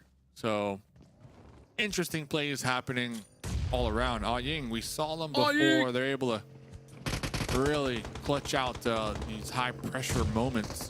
Dude, Anying's goated. Anying is goated. 100%. There's one. Casper from behind. Oh There's my 2. The quick gosh. 360 double barrel shotgun. Pump First and aid? Dump. You can have it. Looking for the heal. Bandage. He bandaged because he knew that it wasn't going to get in time. And now he's going to body fate in just a few seconds. Are you kidding me? Get another heal off. Great. Walking through the door. Anying. Fate, don't do it. Faking him out through the door. Taking the shots to pre-fire through the window. Through the wall. Anying did get some heals off. More pre-fires through these windows here.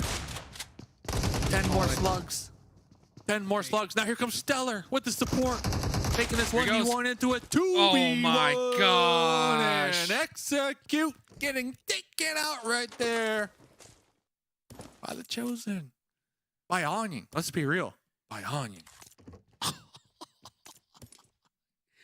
Sometimes this job is easy, Dave. Sometimes you just gotta let the plays speak for themselves right there. And what is that play? What is that play saying? Ooh, If you don't mind me that's what asking. it's. If you're an Execute fan, it says ooh. Mm. If you're an Ani fan, it's oh Oh. oh. Mm. That's what it says right there, Dave. That's what Wow. it says.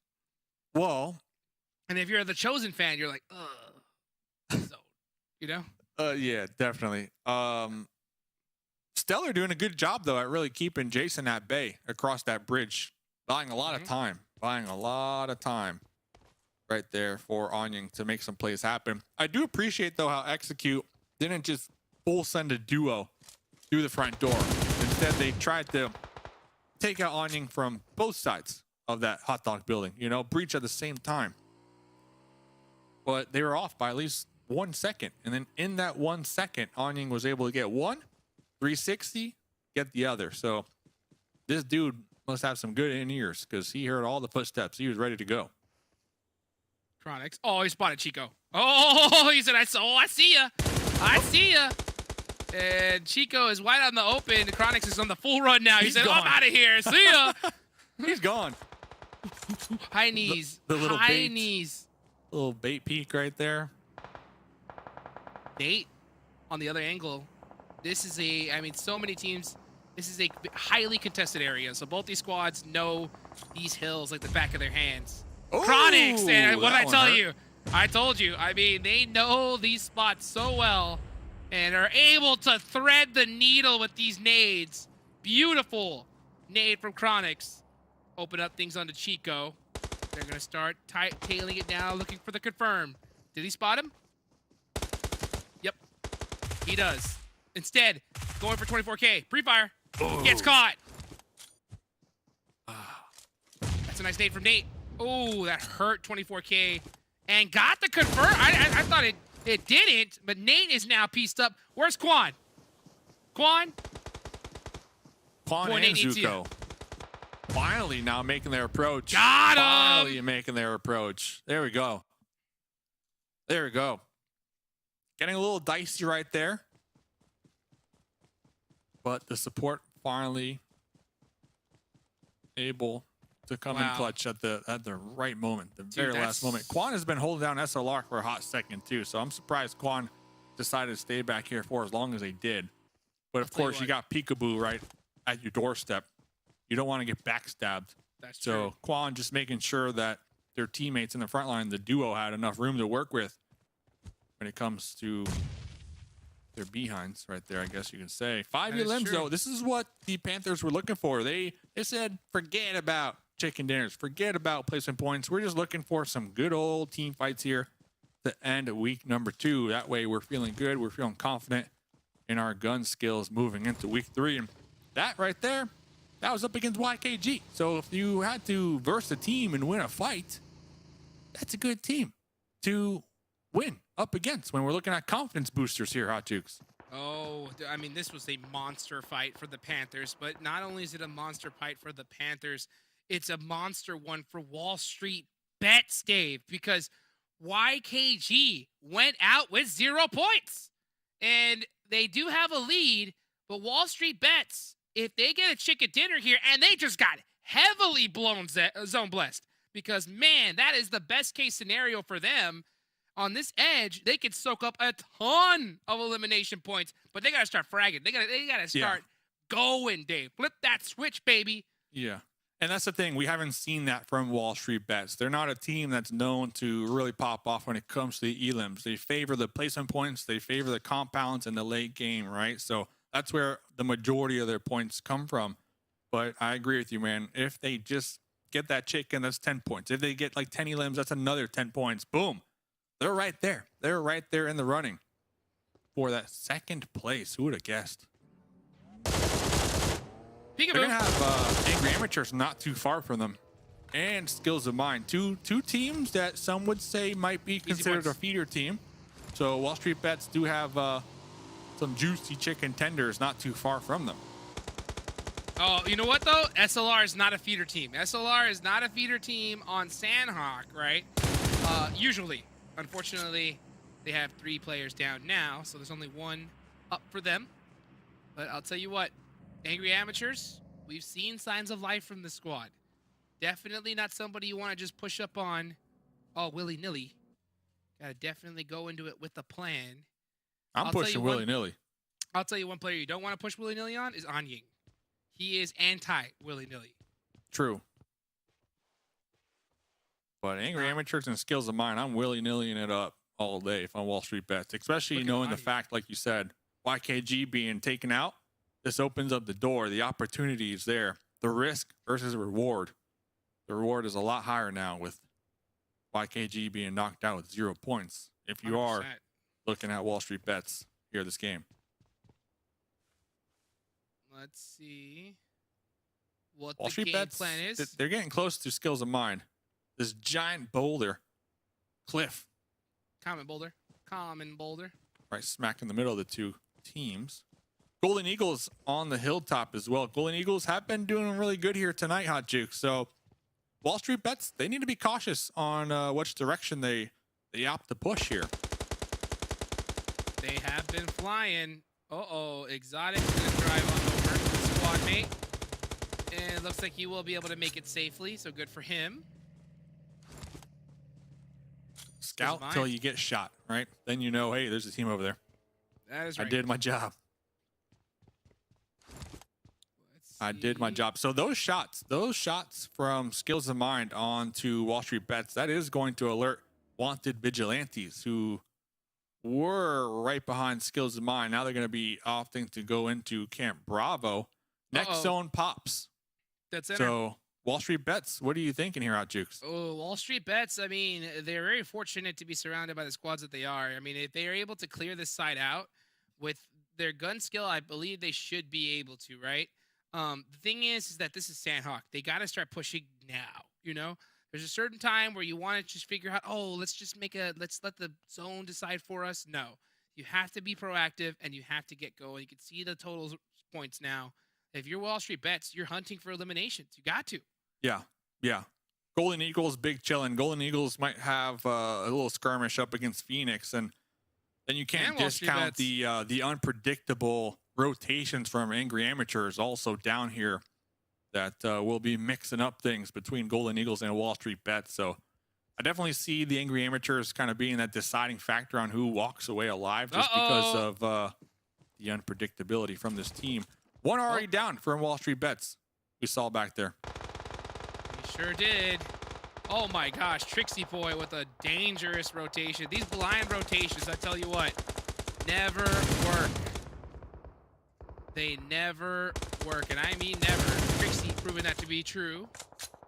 Let's see what the rest of Skills of Mine's gonna do. This is an absolute minefield. Slimmy going down. Rise!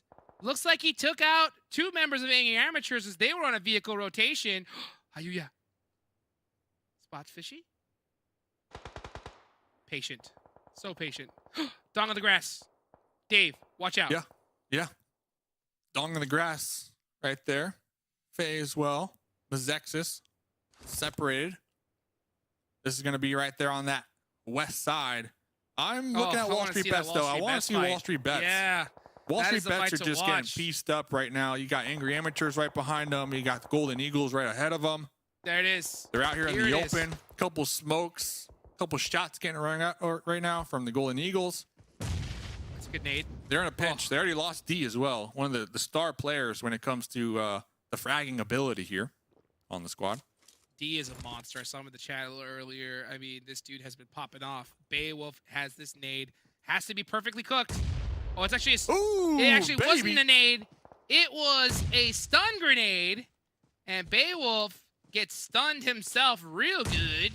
Wall Street Bets have to push up this hill. Just full send it, clear the side out, and then focus on the next zone, which is just about to pop. And it goes off of them. So Wall Street Bets need to be literally full send running, nonstop. Here they go. Don't stop it now. Don't stop it now. You got that knock on a Beowulf. Baby Tang going for that lean peek with the UMP, pulling back to the next boulder. Oh no, man, on fire right now. It's getting kind of chaotic, especially with the pressure from the blue zone, right? That's going to start to kind of factor into their decision making here. Yeah, it's 21 seconds left on the clock. Kubi decided to go ahead towards the right, and unfortunately, it is just not looking good. So Rise is going to catch probably Ronnie here in the next couple seconds. Being at the end of the zone. Nice shot there from Kubi to get a nice confirmation point. That's going to open up this lane to find a pathway. Oh, he found a car. Lucky Bugatti. And a car. And a Bugatti right there. Not going to use it. Looks like the Golden Eagle is actually on the hunt. The duo is still alive. Rise and Baby Tang on the hunt right behind the duo from Wall Street Bets. Not going to let that one slide anytime soon. Question is, which team will have the most eliminations? Dave, who are you feeling? My eyes are on the Panthers. If they're going to do it, it has to be now. They got 6 eliminations. They had the zone in their hand.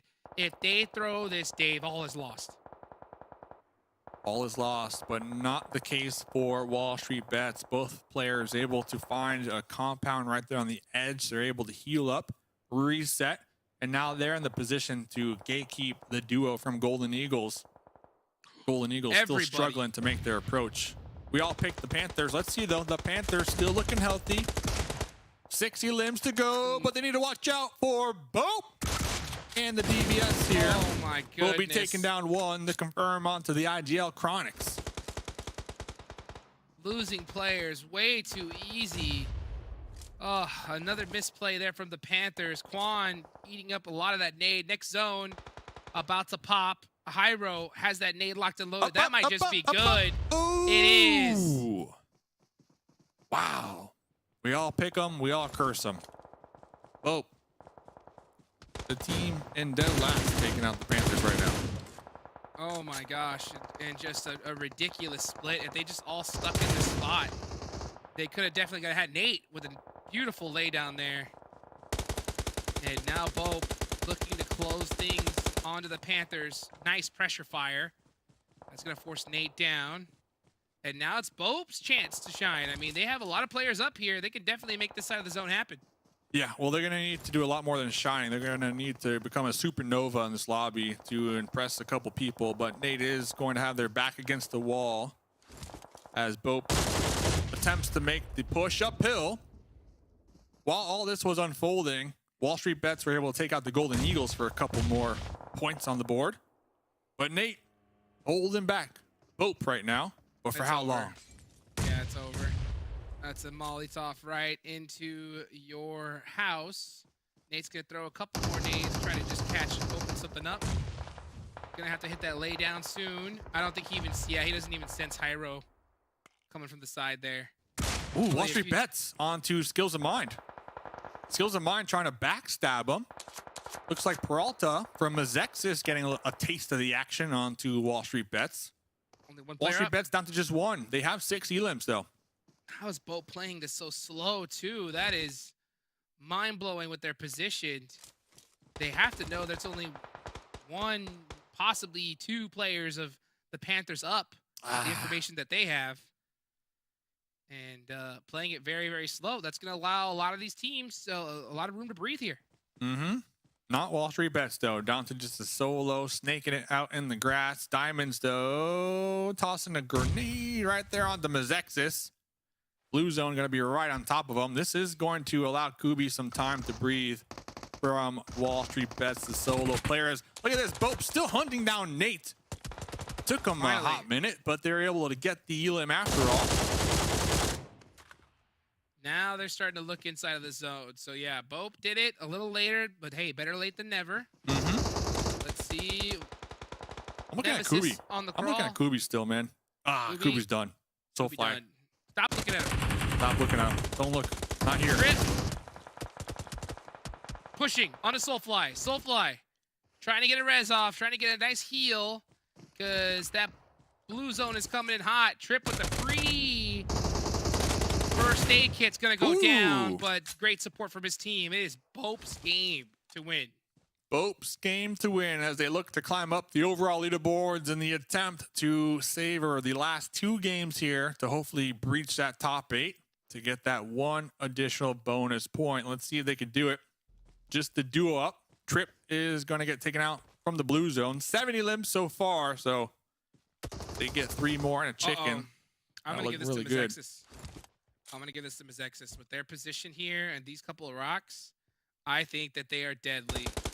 Hyro could definitely cause trouble, but Inactive gets behind the tree, and so does Peralta. BOPE is in as well. Diamonds. I'm going with Diamonds. No, I'm going Diamonds. Wide out in the open. No one's looking. No one's looking. Why would anyone be crawling in the open? You know, you wouldn't. Fuego goes down. That's it. MEZEXIS. From Diamonds. Diamonds got him. Diamonds. Oh, that was Diamonds. Diamonds got him. But I'll take one for the toes. Oh my gosh, Diamonds the got blue him both. zone. Dude, MEZEXIS aren't even looking over here. Diamonds is going to be popping up after hearing those shots earlier on. UMP Diamonds in hand, 29 bullets. FPP right there with the pre-fire. Almost connecting onto inactive, but the shotguns, the 2v1. Just too strong for Diamonds. Regardless, Diamonds with 2 additional points as the solo in the grass. Give them their flowers. But winner, winner, chicken dinner here, Hot Jukes. Who's Great it go game. to?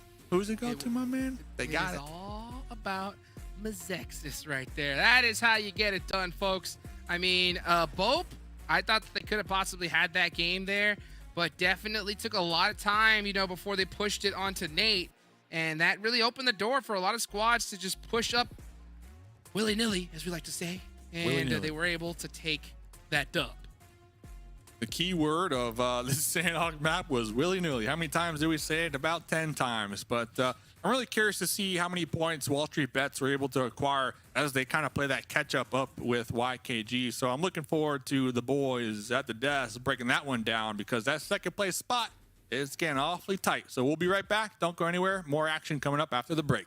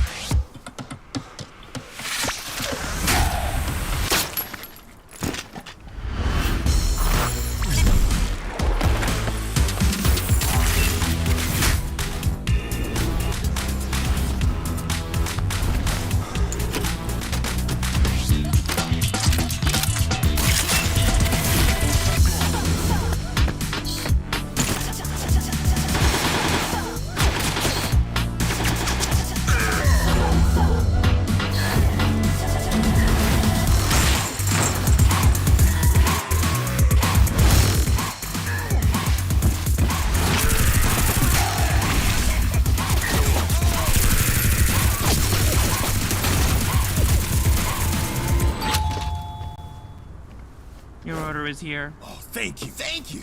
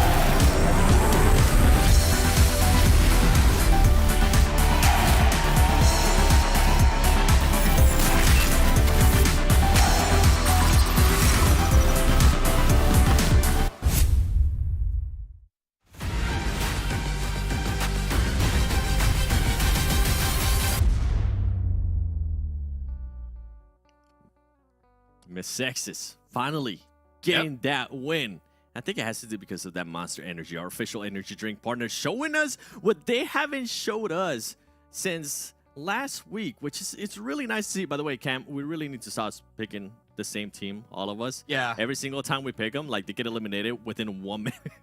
Yeah, yeah. And It's a curse. no. For MEZEXIS, don't forget they had a win yesterday as well. They just also had a lot of losses too. So, Yeah. but this is really good for them. And when we're talking about teams that are trying to get those bonus points, MEZEXIS ended in 4th place last week, and right now they're actually not that far from repeating that spot again. They're sneaking up. Okay, MEZEXIS. Yeah. All right. I respect it. By the way, BOPE, a team that definitely needed points, being able to get 13 points, that is great for them. Phoenix Esports NA as well with those 11 points. And then I'm going to go down the list a little bit more. I'm going to go to WALLSTREETBETS because you heard the casters talk about it too. With YKG, as we go towards the second page, getting, what was it? Yeah, that's right. 0 points. WALLSTREETBETS is going to be able to close up on that gap, and that's going to be massive going into the last match.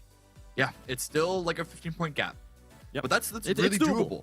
That's really doable. Get a podium position, get a good number of eliminations. It's definitely an option, and WALLSTREETBETS should know that going into this final match. By the way, some teams that won't be happy with that performance in the last match, even though it is Sanhok, okay? Skills of Mine, just 2 points. Puppeteer, just 2 points. Especially with what we saw one of Vigilantes being able to do there. I feel like they needed to take chance of what they needed to do, especially to set themselves up there. Those are 2 teams that are just trying to fight for those extra bonus points. Their first bonus points ever. MEZEXIS is putting up 2,000 damage with 8 Illims, Cam. Yeah, it actually looks better for the Panthers, and even better for BOPE with the damage to elimination conversion in there. BOPE came out really good. This is the team that needs all the points that they can get. They're not going to be getting any bonus points. They're way too far for that. It's impossible for them to get any bonus points with 1 round remaining. However, with a performance like that, going up on the leaderboard and trying to put themselves into the top 16, that is definitely very doable if they can have more performances like this. Yeah, I think for right now, BOPE, they don't even know what bonus points are right now. All they're focused about is just that top 16, as you were mentioning. Golden Eagles being able to get those 6 eliminations too. This is a team that is also fighting to get back within those bonus points for the overall. I'm hoping that they're going to be able to do something. And for WALLSTREETBETS, I got to give them some credit too, because they didn't have one of the greatest Sanhok matches, but somehow they were still able to at least manage 6 eliminations. I do want to take a look at the overall before that next match, because I want to see how close these things are. You were mentioning between YKG and WALLSTREETBETS currently a 14-point lead, which, you know what, it's actually, no, 16 point. There you go. Did the math wrong. Close enough. Ladies and gentlemen, this is why I don't do math, right? Now my accountant dad's going to be calling me. Come on, son. WALLSTREETBETS. I think they might be able to do it. Yeah, no, They might it's be able to definitely close it up. possible. It's definitely possible. And we were also talking about these other teams like Skills of Mind and Puppeteer that, oh my God, can they do it? Can they get bonus points? They didn't get any week 1. Can they get them week 2? With that performance, with the Golden Eagles getting stepping up, the Chosen getting a couple, MEZEXIS performing well, getting that win, it's looking like it's not going to be possible for them either. So okay, we're going to be talking. It's probably going to end up like this at the end of this week, so I don't want to go too heavy into it right now. But this top 8 is looking very similar to week 1 top 8, despite the strange start to this week.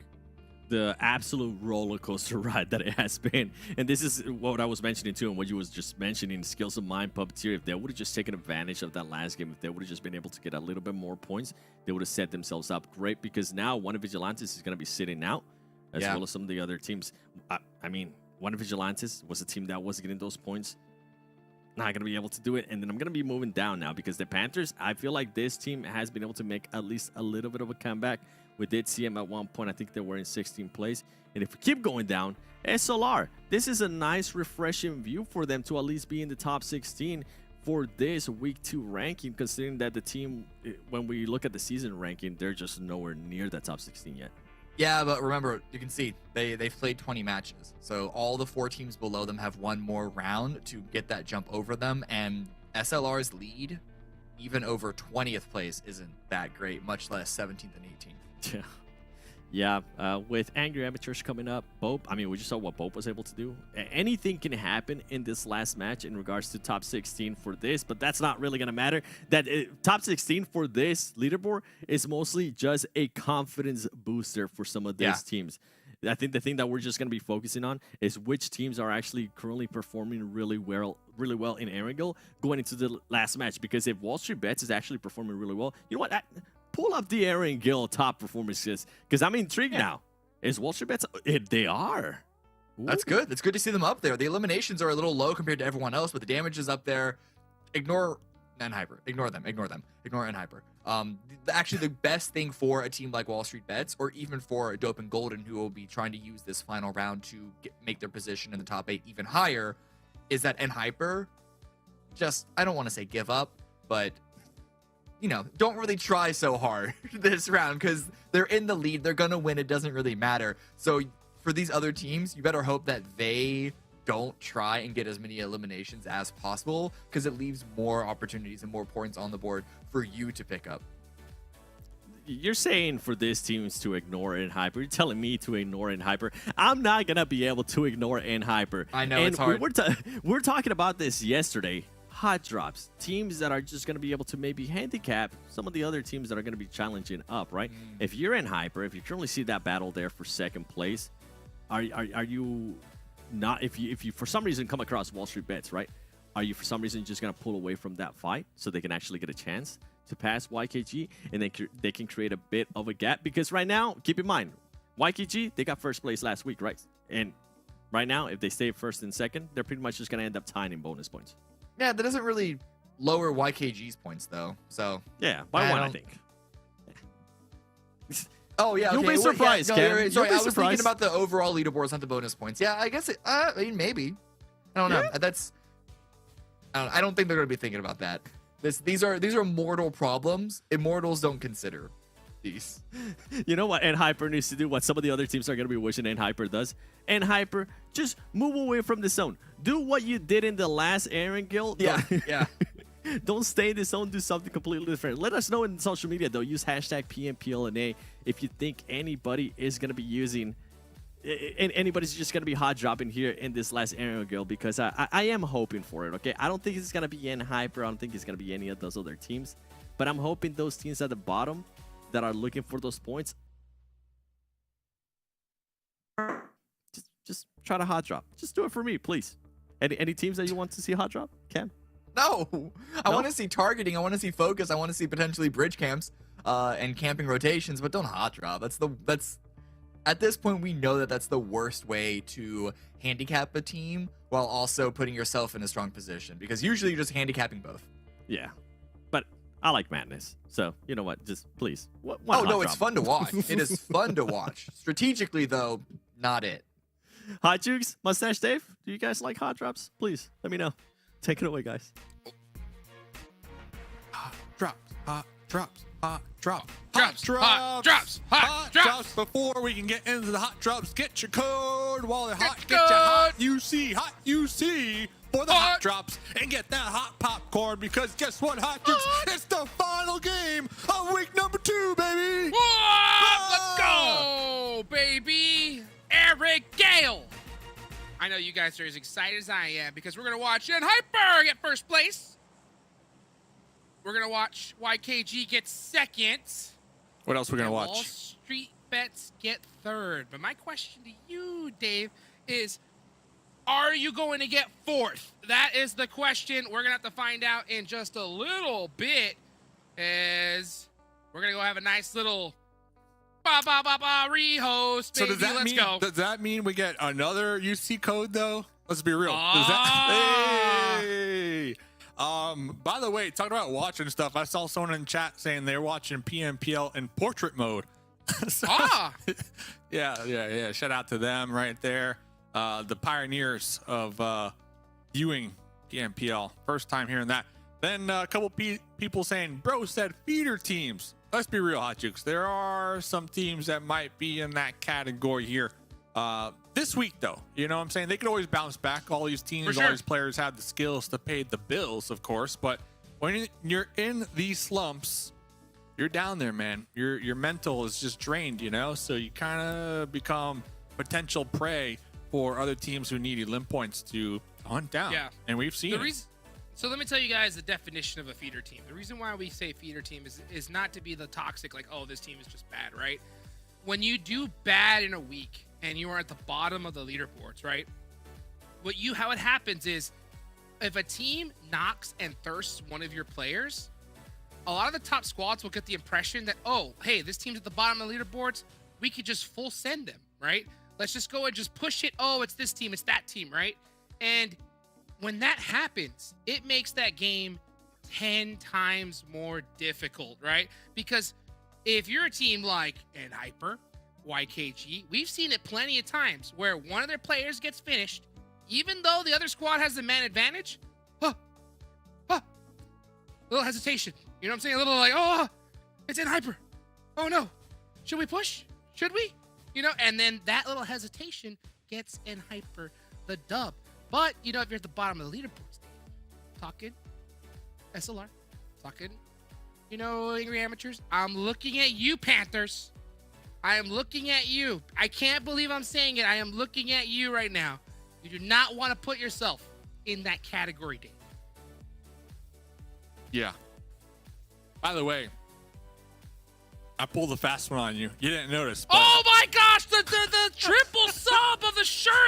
How have I you failed? Didn't notice. You didn't notice. Oh so my gosh, what kind of IGL am I? Little tear from What the kind- eye. Oh so my yeah, talking goodness. about the Hot Jukes IGL Car 98 return. I saw you in the chat today. A lot of 1v1 action going on. You already got people lined out the door looking to take that one on. Have you had any like highlight moments today, maybe this week number 2 so far? Like any moments that really stick out to you while we have the remake for this final game of week 2? There was definitely a few, right? I think WALLSTREETBETS has been a big surprise for me, right? Seeing them get so many chicken dinners and taking it away has been something I've been really excited about. Anying, right? Anying is a bad man as well. I mean, we've seen some highlight players. That's what I love about this tournament, right? I think we're still seeing way too many reckless pushes. I'm gonna say that right now. For PMPL NA, I am shocked to see so many just random, you know, mindless full sends rotations. I just don't believe it, right? I mean, at this level, you shouldn't be rotating a vehicle unless you know exactly what is there, you know? You can't just bet and hope that a team isn't there anymore. If that's the case, it's better to just be on foot, shoot with that M4, and try to make it happen with your squad rather than just full send. Yeah, I love it. And I guess for me, this one's a hot one because as we progress with the weeks of PMPL and all the other PMPLs out there for the different regions, I'm starting to see kind of the conversation in the chats or, you know, on the Reddit or whatnot of like the shotgun. People are starting to get a little sensitive with these shotguns in their emotions and their feelings. Personally, I love the shotgun meta, but I can also see those other people though on the other side kind of being like, is it too much? You know what I'm saying? Well, is it too much? Is it gone too far? I'll say this though. I'll say this, Dave, and I am approved to say this, okay? If you have a problem with the shotgun meta or you want to make some adjustments, Reddit is the place to do it. That is the place to do it. That's where a lot of eyes from the big dogs in PUBG Mobile are gonna look. And with enough noise, you never know what'll happen, Dave. But it's time to make some more noise, as there's not another UC code, but it's the last game of the day. Another UC. Come on. Give the people what they want. All Come right? on. Listen, I'm about to go to Reddit and be like, what happened to my more UC with the remake? I'm typing right now on Jukes. I'm typing too. And Send. So thanks for the hot but tip down the though, middle. because honestly, before Vikendi was introduced, I was sending emails. I didn't know Reddit is where it's at. So look forward to your boy, DBS Lover on Reddit posting some posts later on. So the plane path, boom, boom, straight up the middle. Love to see it. Everybody should be able to parachute to their heart's content right now. I don't see any real struggles with this current plane path. It's pretty much as fair as it can get here.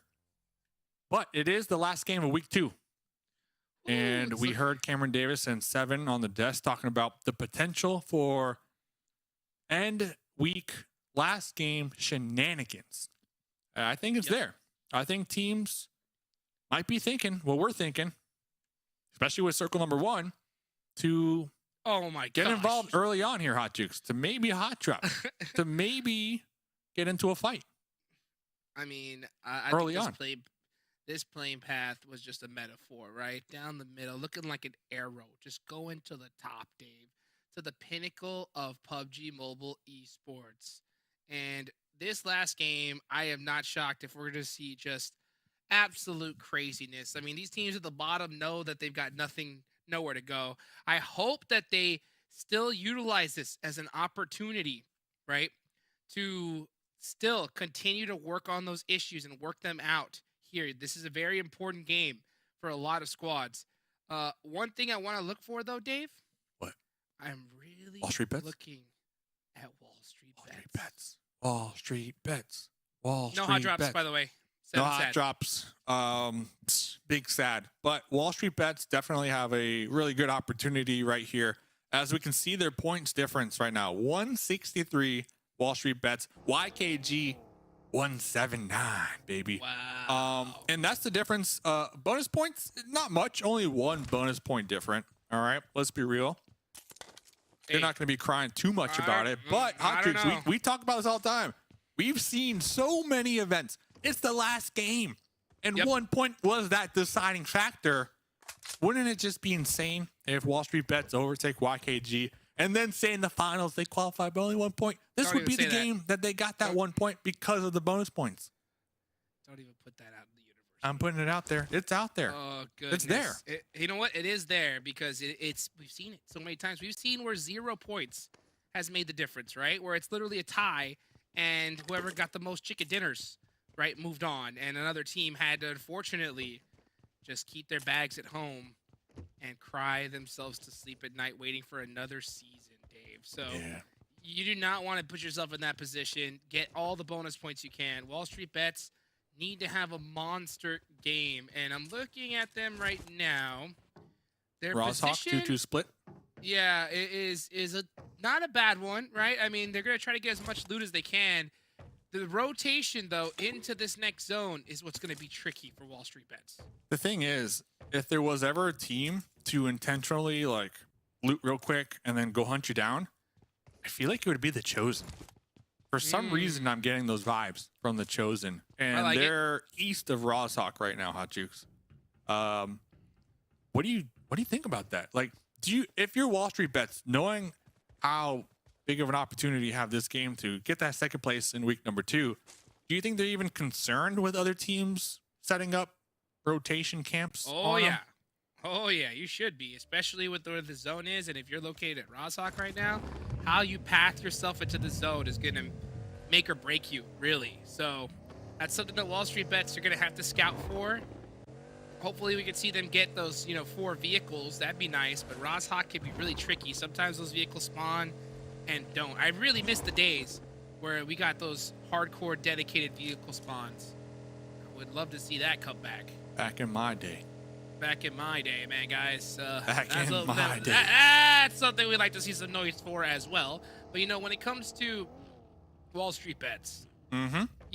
they need, what is it they need? How many points? Let me just do the numbers here. 16? 16 points to tie? Yep. 16 points to tie. Mm-hmm. And 17 to pass up YKG. Mm-hmm. And YKG's not playing in this match. Nope. So you know what you need to do, right? How are you going to execute it? You got to realize that it's going to have to be with some eliminations too. And I would really be hunting down some third parties if I was Wall Street Bets. Talking about hunting down. We heard some Got you. shots ringing out. We got a runner. We got a runner, boys. Oh, no, what? Pit Okay. maneuver. On your own teammate. That Calm him one, down. that one happened. Yep.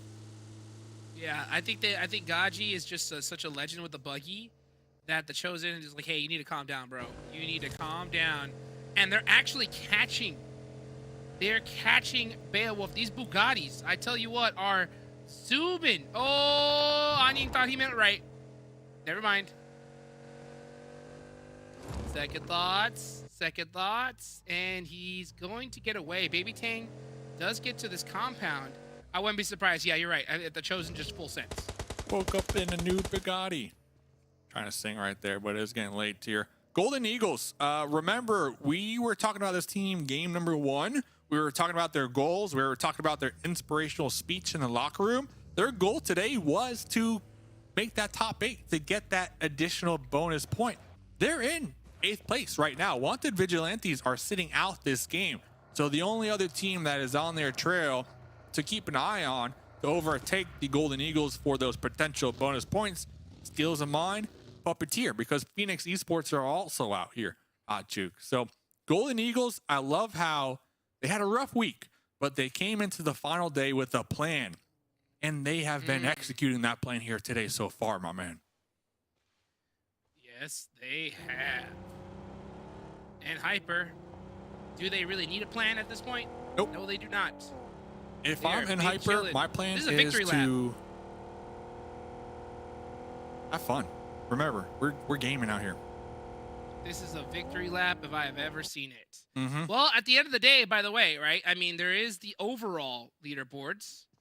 From The all weeks overall. combined. Yeah. Yeah, the overall. So, I mean, there's no reason for them to sleep in this one as well. Go, go, go! Needs to listen to his name. Barely makes it away. He's going. And he's gone. Oh, is he, though? He's gone. Is he? Oh, he is. He's gone. Yeah, so remember, those season overall points are They going matter. to be important. So, and Hyper definitely shouldn't let off the gas here. You never know what's going to happen in these future weeks. We are starting to see some teams improve, and the longer you are dominant, the bigger target you have on your back. There's almost a part of me, like deep down, okay, that wanted to see the zone not go all the way to the mainland, and it did just that. So Remix, if I'm Remix from MEZEXIS, I might actually kind of be calling back to the teammates to, I don't know, at least have another one on me. I don't see it hard shifting again, but I think the potential to hold down the military base, the northern half, and survive and try to get some additional placement points could be a potential play in the playbook here, Hot Jukes. I know you're not going to agree with it, but there's just so many teams up on the mainland in the north near Farm, Shelter, and Milta that the chances of getting taken out right now are pretty high. Yes, they are. Let's see what Nate's going to do here with some shots. Oh, wow. Nate. On point, dude. Nate is a monster with that UMP. Here he goes, throwing a smoke, about to run out in the wide open. He's going to have to hit some shots here in a second as Zuko is driving up. Nate shimmying back and forth. Big Nate got his dancing shoes on as he's going to go for this first aid kit. Blue zone's coming, though. Got it. So the Golden Eagles also don't want to get taken out right here because they are in 8th place. They're within those bonus Minute points on the weeklies here. They're going to be gatekeeping the Panthers right down the edge. You have a vehicle to work with, Dodge Reno. Looks like the Golden Eagles are going to be playing the zone here because that shift, these 3 teams are as far as you can get right now from the current zone. And then also Angry Amateur is also in the area. So there's 3 teams all on the approach in the north here in vehicles trying to outrun the blue. Very nice. Golden Eagle Stranger, 99. Just getting in that vehicle and full sending it. And Hyper, big chillin'. Looks like they do have some eliminations already. Classic and Hyper. Classic. With 4, a full squad. Men of 4. Rip. The Chosen. Up on top of this hill. And they're going to just have some nice little back and forths here. Ooh. GK first Watch get out. pieced up a little bit. Yeah, Yeah, but watch the out. Chosen aren't pushing this even if they get a knock. No point. Chosen 7th place. Here comes BOPE. So pretty solid last game performance. They are going to be a little too separated, in my opinion, over here in Milta, especially with Milta being such a centralized city in this circle. A lot of teams are going to be opting to crash here and make it their home for the time being. It looks like the Puppeteer is one of those squads. MEZEXIS down there. Excuse. Angry Amateurs now just rolling up. BOPE so separated right now. Got him. Jericho hitting them shots though with the double barrel shotgun. Angry Amateurs, 2 of them surviving, just cruising on right by. No support needed. They're getting shot from Chill out. excuse. Oh my gosh, this zone. More water in play. Under the bridge is available here. MEZEXIS is all the way at that edge of the zone. So my Execute. Yeah. My call still on point. Still on point. Execute. This is their time to shine, though. I mean, this is the zone that they hope for. Guy. Angry Nice. Amateurs, just, you know, just vibing here on the final map of week number 2. Vibing. I believe they have Don't count one on Shoxa. more player up. Don't count out Shoxa, though. I've seen this man hit a 1v3 before. That was quite disgusting. Yeah. He is in this 3-stack by himself, unfortunately. As we watch the rest of Dope. Looking to... Ooh, teamwork right there. Oh, nice. Little bandage action, underhand. Take it. Take it. Love that mechanic. Nate! Zuko! Scaring off, execute. They don't want none of it. They don't want that smoke, Dave. Well, they're a really good position when it comes to having a buffer zone on the west side of this new circle with, I'm going to call it, there's about 50% water in play right now. Yep. Not a lot of room to work with. Execute probably have one of the best positions just because no one's near them. Just a duo from the Panthers. The question of the game, which team will win the map? Oh. If I was a betting man, I would say Execute have a high probability here, Hot Jukes. Yeah, they definitely have a good spot because regardless of where the zone goes, they should be able to kind of just drive along that beach line, especially since there's nobody holding the bridge right now. Oh, Remix trying to catch Dose with a single grenade. Skills of mine. Dose's teammates kind of just doing How about donuts two? over there while Oh. Dose is receiving nades. some grenades. Looks How like about Dose that? doesn't want this. Dose trying to get away. Remix with the spray down M4. 3 bullets to go. Missing the mark. Almost able to get him down. Did piece up the vehicle pretty well, though. It is going to be smoking. Oh, yeah. That buggy is not healthy, but he's going to have to do for now. Dong! At the bottom of Milta. No hacks up on top. He's got Faye. And they're going to try to hold this down. No hacks in a 1v2 situation. Squad, where you at? Bope, where are you at? No hacks is screaming, saying, they're on me. They're on me. Come help me. Fuego saying, no, sir. Good luck. Bizone. The Bizone. So Dong did start this week with a highlight play. Remember the solo play with the Uzi. Let's see if Dong can end the week with another solo highlightable moment here. Faye was able to get one, but immediately taken down from behind. The Legends M4 across the field. Tagging and bagging them. Dong about 50% HP right now. Stuck in a hard place. Talking about a hard place. Next circle pops. It's out there to the west side. Hot Jukes. Bam! Guess who's happy? Execute. Big happy right now. Execute. All the teams in Milta, though, is going to be a bloodbath, man. It sure is. Let's see what Trick could do as they're trying to gate skills of mine. They need to full push this. Yeah, just push it. 27 seconds left on the clock. This is one of those moments, right, where do you want to wait for them to move, or do you have to full send, get this done, so that way you can get into the next zone? That is the case. Be decisive, MEZEXIS.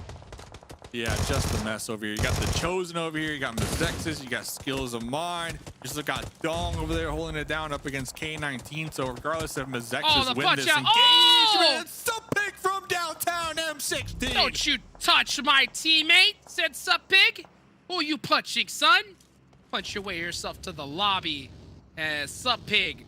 Nice clutch play there. MEZEXIS now finally leaving this fight. They're going to have to do a blind rotation all up into this next zone. Oh, and it looks like Dong hopping in the Lambo. And he's out of there. We out of here. Let's avoid the sight lines from MEZEXIS. Uh-oh. Uh-oh. Setting up a camp. Oh. Nope. Get out of here. Get out. Oh, we're chasing them down. We're pulling them over. Dong. You can't drive on the beach. Hello. Lambo, driving skills. They have MEZEXIS squad mates right behind them that I don't think they're accounting for. Nope, but they have to push this on a remix. If MEZEXIS times this perfectly, it should be fine. But remix, he's blind! Can't see nothing! Oh, Faye's in trouble, though. Faye, he's focusing too many different angles. Oh, he caught Trick! Ah, gets finished, though. Dude. MEZEXIS eliminating Puppeteer. Too thirsty. We were chasing our remix right there. We just totally disregarded that they might have a teammates or a squad right behind them. Very hungry right there. So looking at the beach, looks like Execute currently doing that 2-2 split. They got 2 underneath the bridge, or at least at that gas station. We'll see how that comes into play as Dope Slayers in a little cross-street battle up against BOPE. And then Suppig from behind. So BOPE need to be cautious. Suppig has been hitting them shots with the M16 here tonight. Trip looking for some angles through the window, through the wall. He is playing this very, very sweaty, Dave, as he's trying to find an angle onto Suppig. Gatekeeping this angle, I like that. That's what you should be doing. Focus on the outside of the zone. Make sure you don't get crept up on, and then focus inwards right after. Couldn't agree more. Couldn't agree more. And I really do like, I appreciate BOPE's position, especially with the third story. They might have additional sight lines over Dope Slayers because you can't discount K19 playing the fields, the outskirts right there on the edge in the north. We're just going to be a thorn in many sides here in this game. Wall Street Bets, though, are you surprised? They got a beautiful position. Will be favored in the next circle. Wall Street Bets. What are you doing? They're looking to overtake YKG. It's there. The potential is there. Here's the thing, though, Dave. They don't need just a chicken dinner. They need that and 7 eliminations. They don't have any so far. So they got to start focusing on these squads because last game of the day, you wouldn't be surprised if you see some of these teams that know that they got nothing to lose or they're going to get home early. And they might make some aggressive pushes they normally wouldn't make.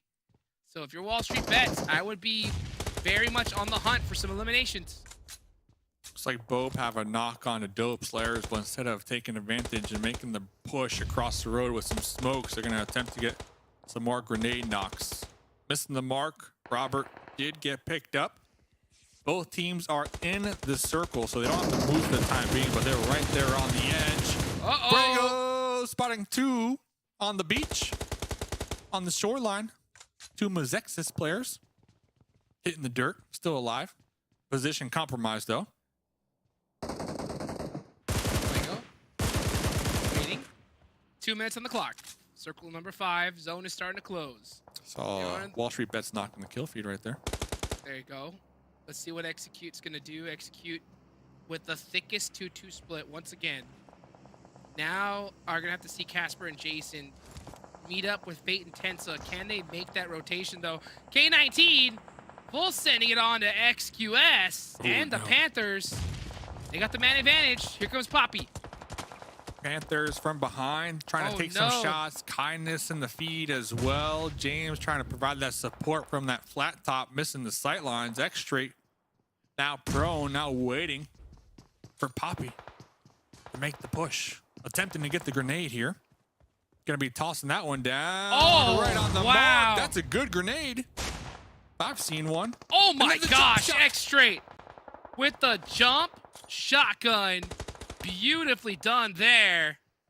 Let's see what's gonna happen. Oh no. It looks like, you know what? I know that Wall Street Bets is the definite pick here to win this game, but I'm gonna pick Execute. They have the most ridiculous 2-2 split. And you know what? I'm gonna believe in it, because why not, Dave? That's your team. You've been backing them all evening long. Now's the game to show up or show out here. They should be grouping up here very shortly. Casper and Jason still on the shorelines there. They're going to need to make sure to hold out and Hyper in the north, who are still alive, just poking at everybody here.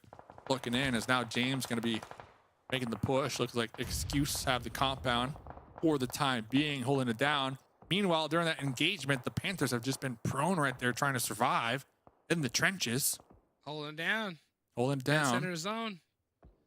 See, here's the thing, is that this is only zone 5. Normally we would have almost double the team alive at this point. But so many squads went out early because of the zone, but also because it's the last game.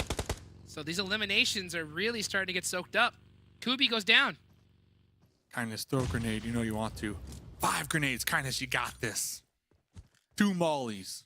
Rin. Timing it up. Oh, in the Zone. shack. He's scared. He doesn't want to nade his own teammate. Zuko's like, you got this. Ren trying to get Huh? the grenade through the slit in the window, through the smokes. Tapped him up a little bit there. I love this shack, though. This is the shack attack. Shack attack. The And it's shack on the north attack. side of the zone. Inside of it, so it should be fine. But right now, they just got to watch out for those nades. Oh. Back it up. Back it up. Talking about backing it up. 3 teams on the north side need to make the move now. These 3 teams have been looking at each other for a hot minute. Dope Slayers trying to put a stop to the push from both from across the way. We see the smoke. Scarecrow trying to get the heal up on the window. Oh my Look at gosh, this. The Fuego. shots in the vehicle. You're not going anywhere, the Dope Players are saying. The response is on point right now. They're even making the push across the road to clean it up. The Panthers get eliminated by Kindness with a beautiful grenade. Gonna clear them out in the shack, so Kindness able to thread that needle and Trip. Come on, Trip. Gotta leave eventually, Confirm buddy. it. Oh, gotta confirm. Jumping Oh, Trip! out. Trip In the still open. alive. Oh, that shot helped keep Trip alive a little bit longer here. Trip Let's take a look. should be Tensa. dead, though. Tensa catches Kindness. Clown catches Trip, so that is BOPE eliminated. Excuse. With 3 players up, have a dominant position. Wall Street Bets still have not made any noise at all, Dave. Only 1 elimination. That hurts. That hurts. Still a couple more teams on the board, a couple more points to be had, of course. Wall Street Bets definitely setting up for that winner wearing chicken dinner. They got a couple squad mates on the high ground on that flat top from Excuse. Going to be looking through one of these windows. And Hyper are still in the north, have a little baby hill and a tree blocking those sight lines. But right now, it's just all about the intel. All about the intel, but it's also all about the eliminations right now. You need them. You should be looking at the lobby with 4 up. That's not a lot of teams left. You need a total of 7 and the dinner, and the dinner isn't guaranteed. So if you're on Wall Street Bets, I am looking to get active, but from this spot and staying quiet for so long is not going to be easy. Yeah. Really can't see much either from this building. The only things they can really see is the hilltops, and they're going to need to wait for their opponents to crest over that hill to see them, because this building is somewhat sunken in into the terrain here. Execute still at that juicy It's a 2-2 split. silence of the chicken, Dave.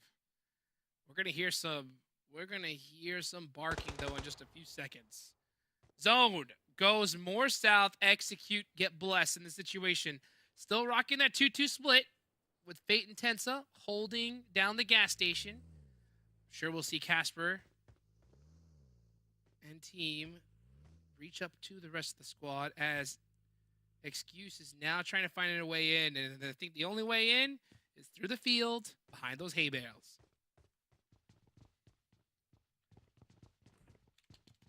Not optimal. That is The for calm sure. before the storm here. Rush. Catching Casper on the rotation. That hurts. This is what I'm talking about, Dave. That hurts. My heart hurts, Dave. Team Every 19. single. They're pushing this one. They're trying to clear out N Hyper over here. They should see them here any moment. They haven't already spotted them. But Kindness, whoa! Who's popping in the vehicle here at this Beautiful. point? No, that was actually a great one because that tricked N Hyper into focusing inwards, but Ooh. unfortunately, the shots just weren't there. K19 eliminated N Hyper. God. Okay. Some heavy hitters out the lobby now. Wall Street Bets 4 up. Execute 4 up. Looks like they were able to get that pickup. It's looking scary. Looking scary. Scary Terry. Ooh, Excuse Casper might is- push into Wall Street Bets area here, Hot Jukes. Yeah, Casper's way out of position now after that knock. So gonna have to run his way in. He could definitely hold a disgusting angle though. But it's all Excuse and Wall Street Bets here. I don't think, yeah, we're not going to see anything crazy until the next zone. Yeah, and that's the sad part. Like, I know Wall Street Bets are looking for the winner chicken dinner, but like we keep talking about, if they want to make that second place, they also need some elims to go with it to end their week number 2. I would like to see them be a little proactive here, pop out of the safety and comfort of the compounds, and maybe even look towards excuse almost here to try to get some elims here. But that's not the case. They're going to be holding it down. Next zone does pop, so they will be forced to move out. And look who is in it. Tensa just zoned in right now onto the Wall Street Bets warehouses, compounds. Can Jason and Casper make it to their teammates from the split? That is going to be the big question. Fate does get pieced up a little bit. Ooh, nice little taps back and forth. Fate going to go for that bandage. Man, Wall Street Bets need to take out almost this whole lobby. Yeah, and look at that terrain that they need to bridge the gap with as well. It's just an open little field, and then you're going to have Excuse right behind you. So Excuse might opt to wrap around the east and fight MEZEXIS. That's best case scenario. We're starting to see some smokes right now from Wall Street Bets as now they realize they need to push out. Casper does find that vehicle. D on the way out. Here they go. Excuse forced to push out as well. D leading the charge as is tradition. Fate, oh my gosh, Rosh with a beautiful nade. That is gonna just absolutely destroy Wall Street Bets. Yeah, free fire through the smokes right there, just letting it rip. Some of these shots will be connecting. Are we looking for a play though? Or are we looking to pop in that buggy and seal the deal? Okay. Bets not going down without a fight. They know what's on the line here. They need that extra bonus point. It's just exotic, crawling, begging for that hay bale. The sweet, sweet hay bale. Providing just a little bit of cover, but that's not going to be enough. So Wall Street Bets done. Unable to get it done. MEZEXIS big chilling in the back. It's Execute's game to win. Sure is, and I believe you have this team pegged to win the final game of week number 2. They were holding down the juiciest of splits. Now they're going to be playing grouped up, close together, as Jason trying to bridge the gap in this field with some smokes, trying to get within grenade range here. But Remix looking for that backstab. Tensa is going to need to be aware of the shoreline here because Remix trying to play spoiler right now, Hot Jukes. Execute just have to do what Execute does. Just focus on one team at a time, and this should be an easy, easy dub from them. Beautiful use of utility onto Excuse. There, done, confirmed. Focus on the other side. This is what we've been waiting to see.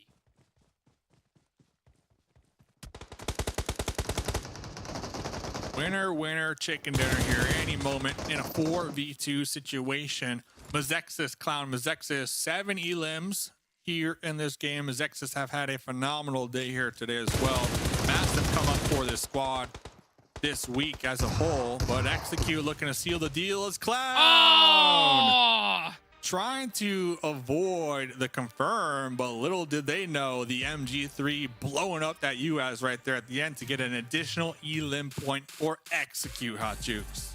Beautifully done right there. That 2-2 split, scared me once again, but they made it work, right? They were able to go ahead and get those players to each other, and then once the play is obvious, this Execute team is so tough to spot. It should be easy dinners for them, so I'm glad that they were able to get it done here at the end and pull out that nice 6 elimination dinner.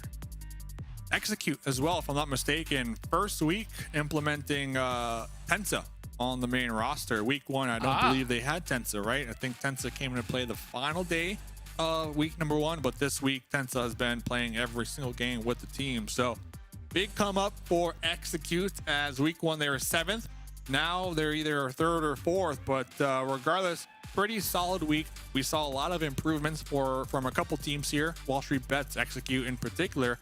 But I'm looking forward to seeing what the desk has to say about week 2 as a whole. Ladies and gentlemen, don't go anywhere. We'll be right back. Hot Jukes, Mustache Dave, signing out. Week 2, PMPL NA.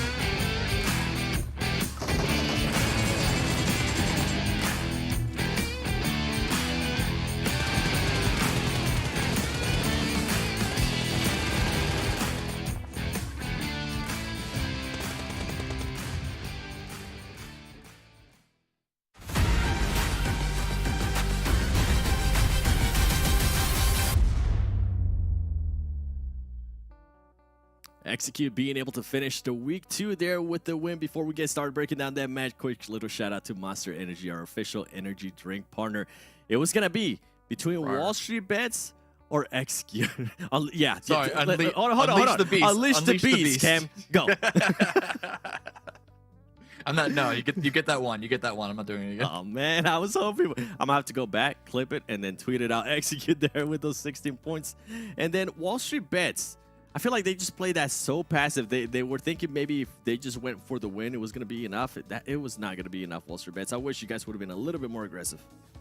Yeah, I get that. It was a hard sell.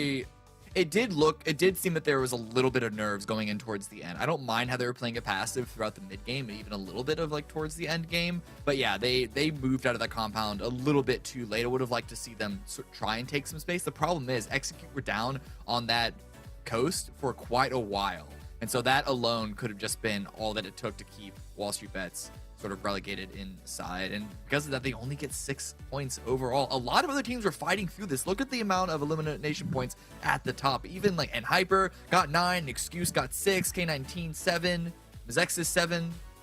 Yeah, I feel like the even MEZEXIS 13 points there. I feel like that might be huge for them, just pushing them up. But that leaderboard, you were talking about it earlier, right after they got that win in Sanhok, how they were going to be able to perform too if they continue on that trend, just get those extra bonus points for a team. That's huge considering that they didn't start the week off the way we expect them to.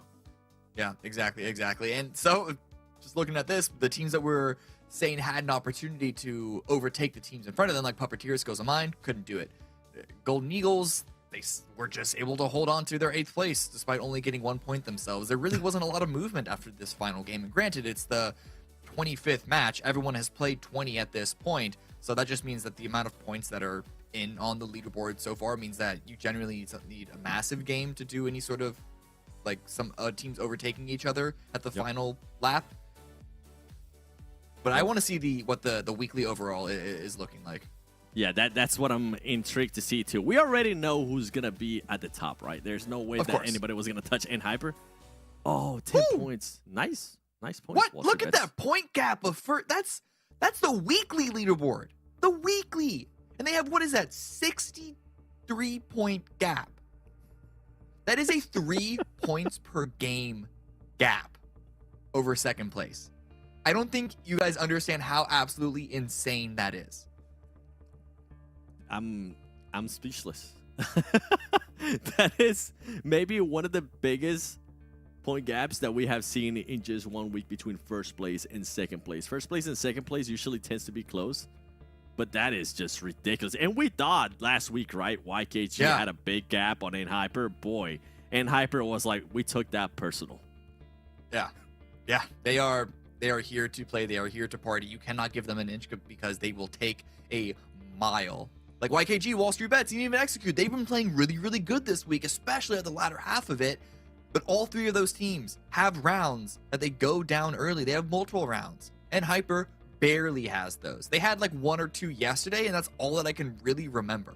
Yeah, and by the way, MEZEXIS is going to be able to move up 1 spot to that 5th place, which is great for them because they're going to be able to get that extra placement point. Now, some of the teams that we were kind of hoping they will be trying to go for that 1st placement point, Skill of Minds and Puppeteer, they end up currently in 10th and 11th. You know what? It's still good for them and still a good turnaround for Puppeteer. I like what I saw out of them. I feel like they can definitely continue to improve and get themselves to that top 16, which is going to matter a lot. That way, if they can make it to the finals, they might be able to actually do that. Yeah, exactly. But it's skills. Yeah, these teams are really good for getting themselves into the grand finals, but it's just the top 8 teams from last week who got those bonus points are the same top 8 teams from this week to get those bonus points. So we are getting very much a haves versus have-nots. Yeah, we'll see. We'll see what's gonna happen. I'm pretty sure week 3 is usually when the madness ensues and when the most random of teams decide to step it up. So I can't wait to see which team that's gonna be it. I won't be here for that, but I'll definitely be watching. I'll be keeping track of who's currently gonna be performing pretty well. But for today, I have no idea who the MVP could be. Oh, I feel like I've been starting to say this more and more, especially yesterday and today. Wait, today I'm trying to think. Ooh, could be. I'm trying to think of who's done consistently Right? well today. Could be someone from Skills of Mind. Oh, wow. I think it might be another like surprise. Another surprise? All right, Yeah. you know what? I'm ready for the surprise. Either that or I'm it's just ready. another member of Anhyper. It might just be GK first. Yeah. See, I got there in the end. It is GK first. When in doubt, ladies and gentlemen, just go with somebody from Anhyper. GK Yeah, first, when in 16 doubt. eliminations, 22 average survival time. Anhyper, overall, I mean, this week, they just stepped it to another level. They were able to take advantage of YKG not being able to play so well. We were saying Anhyper was going to be able to kind of take a break, take a breather, right? If they wanted to, they could try different stuff. They decided not to do that. They decided to just sharpen the knife, pretty much become better at what they were already doing. There's still some plays, if I'm actually nitpicking here, which I'm about to start, there's some plays here and there that they need to start performing a lot better. I know you're thinking about QZZ. I know you're thinking about some of the stuff that QZZ was doing. I'm thinking of some of the rotations that they did, especially today. Maybe they were just being happy that they were having such a big lead. So I'm gonna leave it to that. Anything you want to say about QZZ, Cam? QZ, listen, it's just that one buggy play from earlier this week that's stuck in my Not just craw. the buggy play. Remember looting mid-fight? I mean, that one, maybe the information was wrong on that one. Okay, it's just the buggy play that's one that tilts me. But no, like, as Anhyper, they're performing so well, you really can't blame them for just going around and having fun and doing ego plays like that. Because if they're not getting punished, then and they're even still in the lead. The crazy part is, even for them to do that, they still end up with one of the biggest gaps that we've ever seen before between first and second place. Let us know what surprised you here in week 2. Was it Anhyper's performance? Was it some of the other teams actually being able to step it up, like WALLSTREETBETS execute there at the end as well? Make sure you use that hashtag PMPL NA.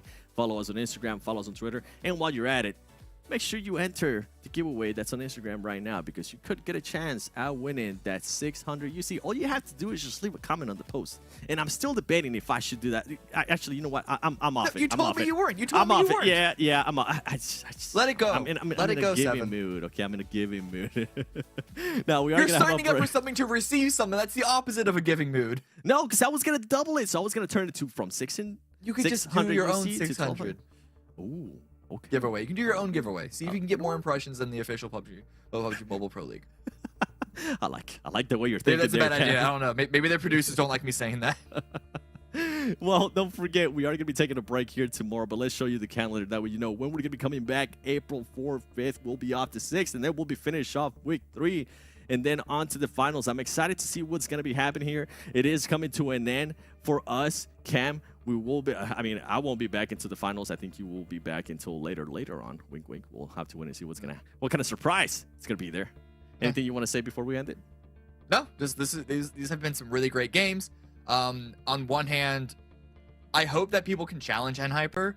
I don't want to see Anhyper slip up, just because seeing them play despite the ego rushes that they do sometimes can be a little ridiculous. It's still just amazing play because they are mostly on, and they're on at a level that I think you rarely see in these regional leagues. So, I expect great things from them once we start to overlap the leagues a little bit more, the regions a bit more.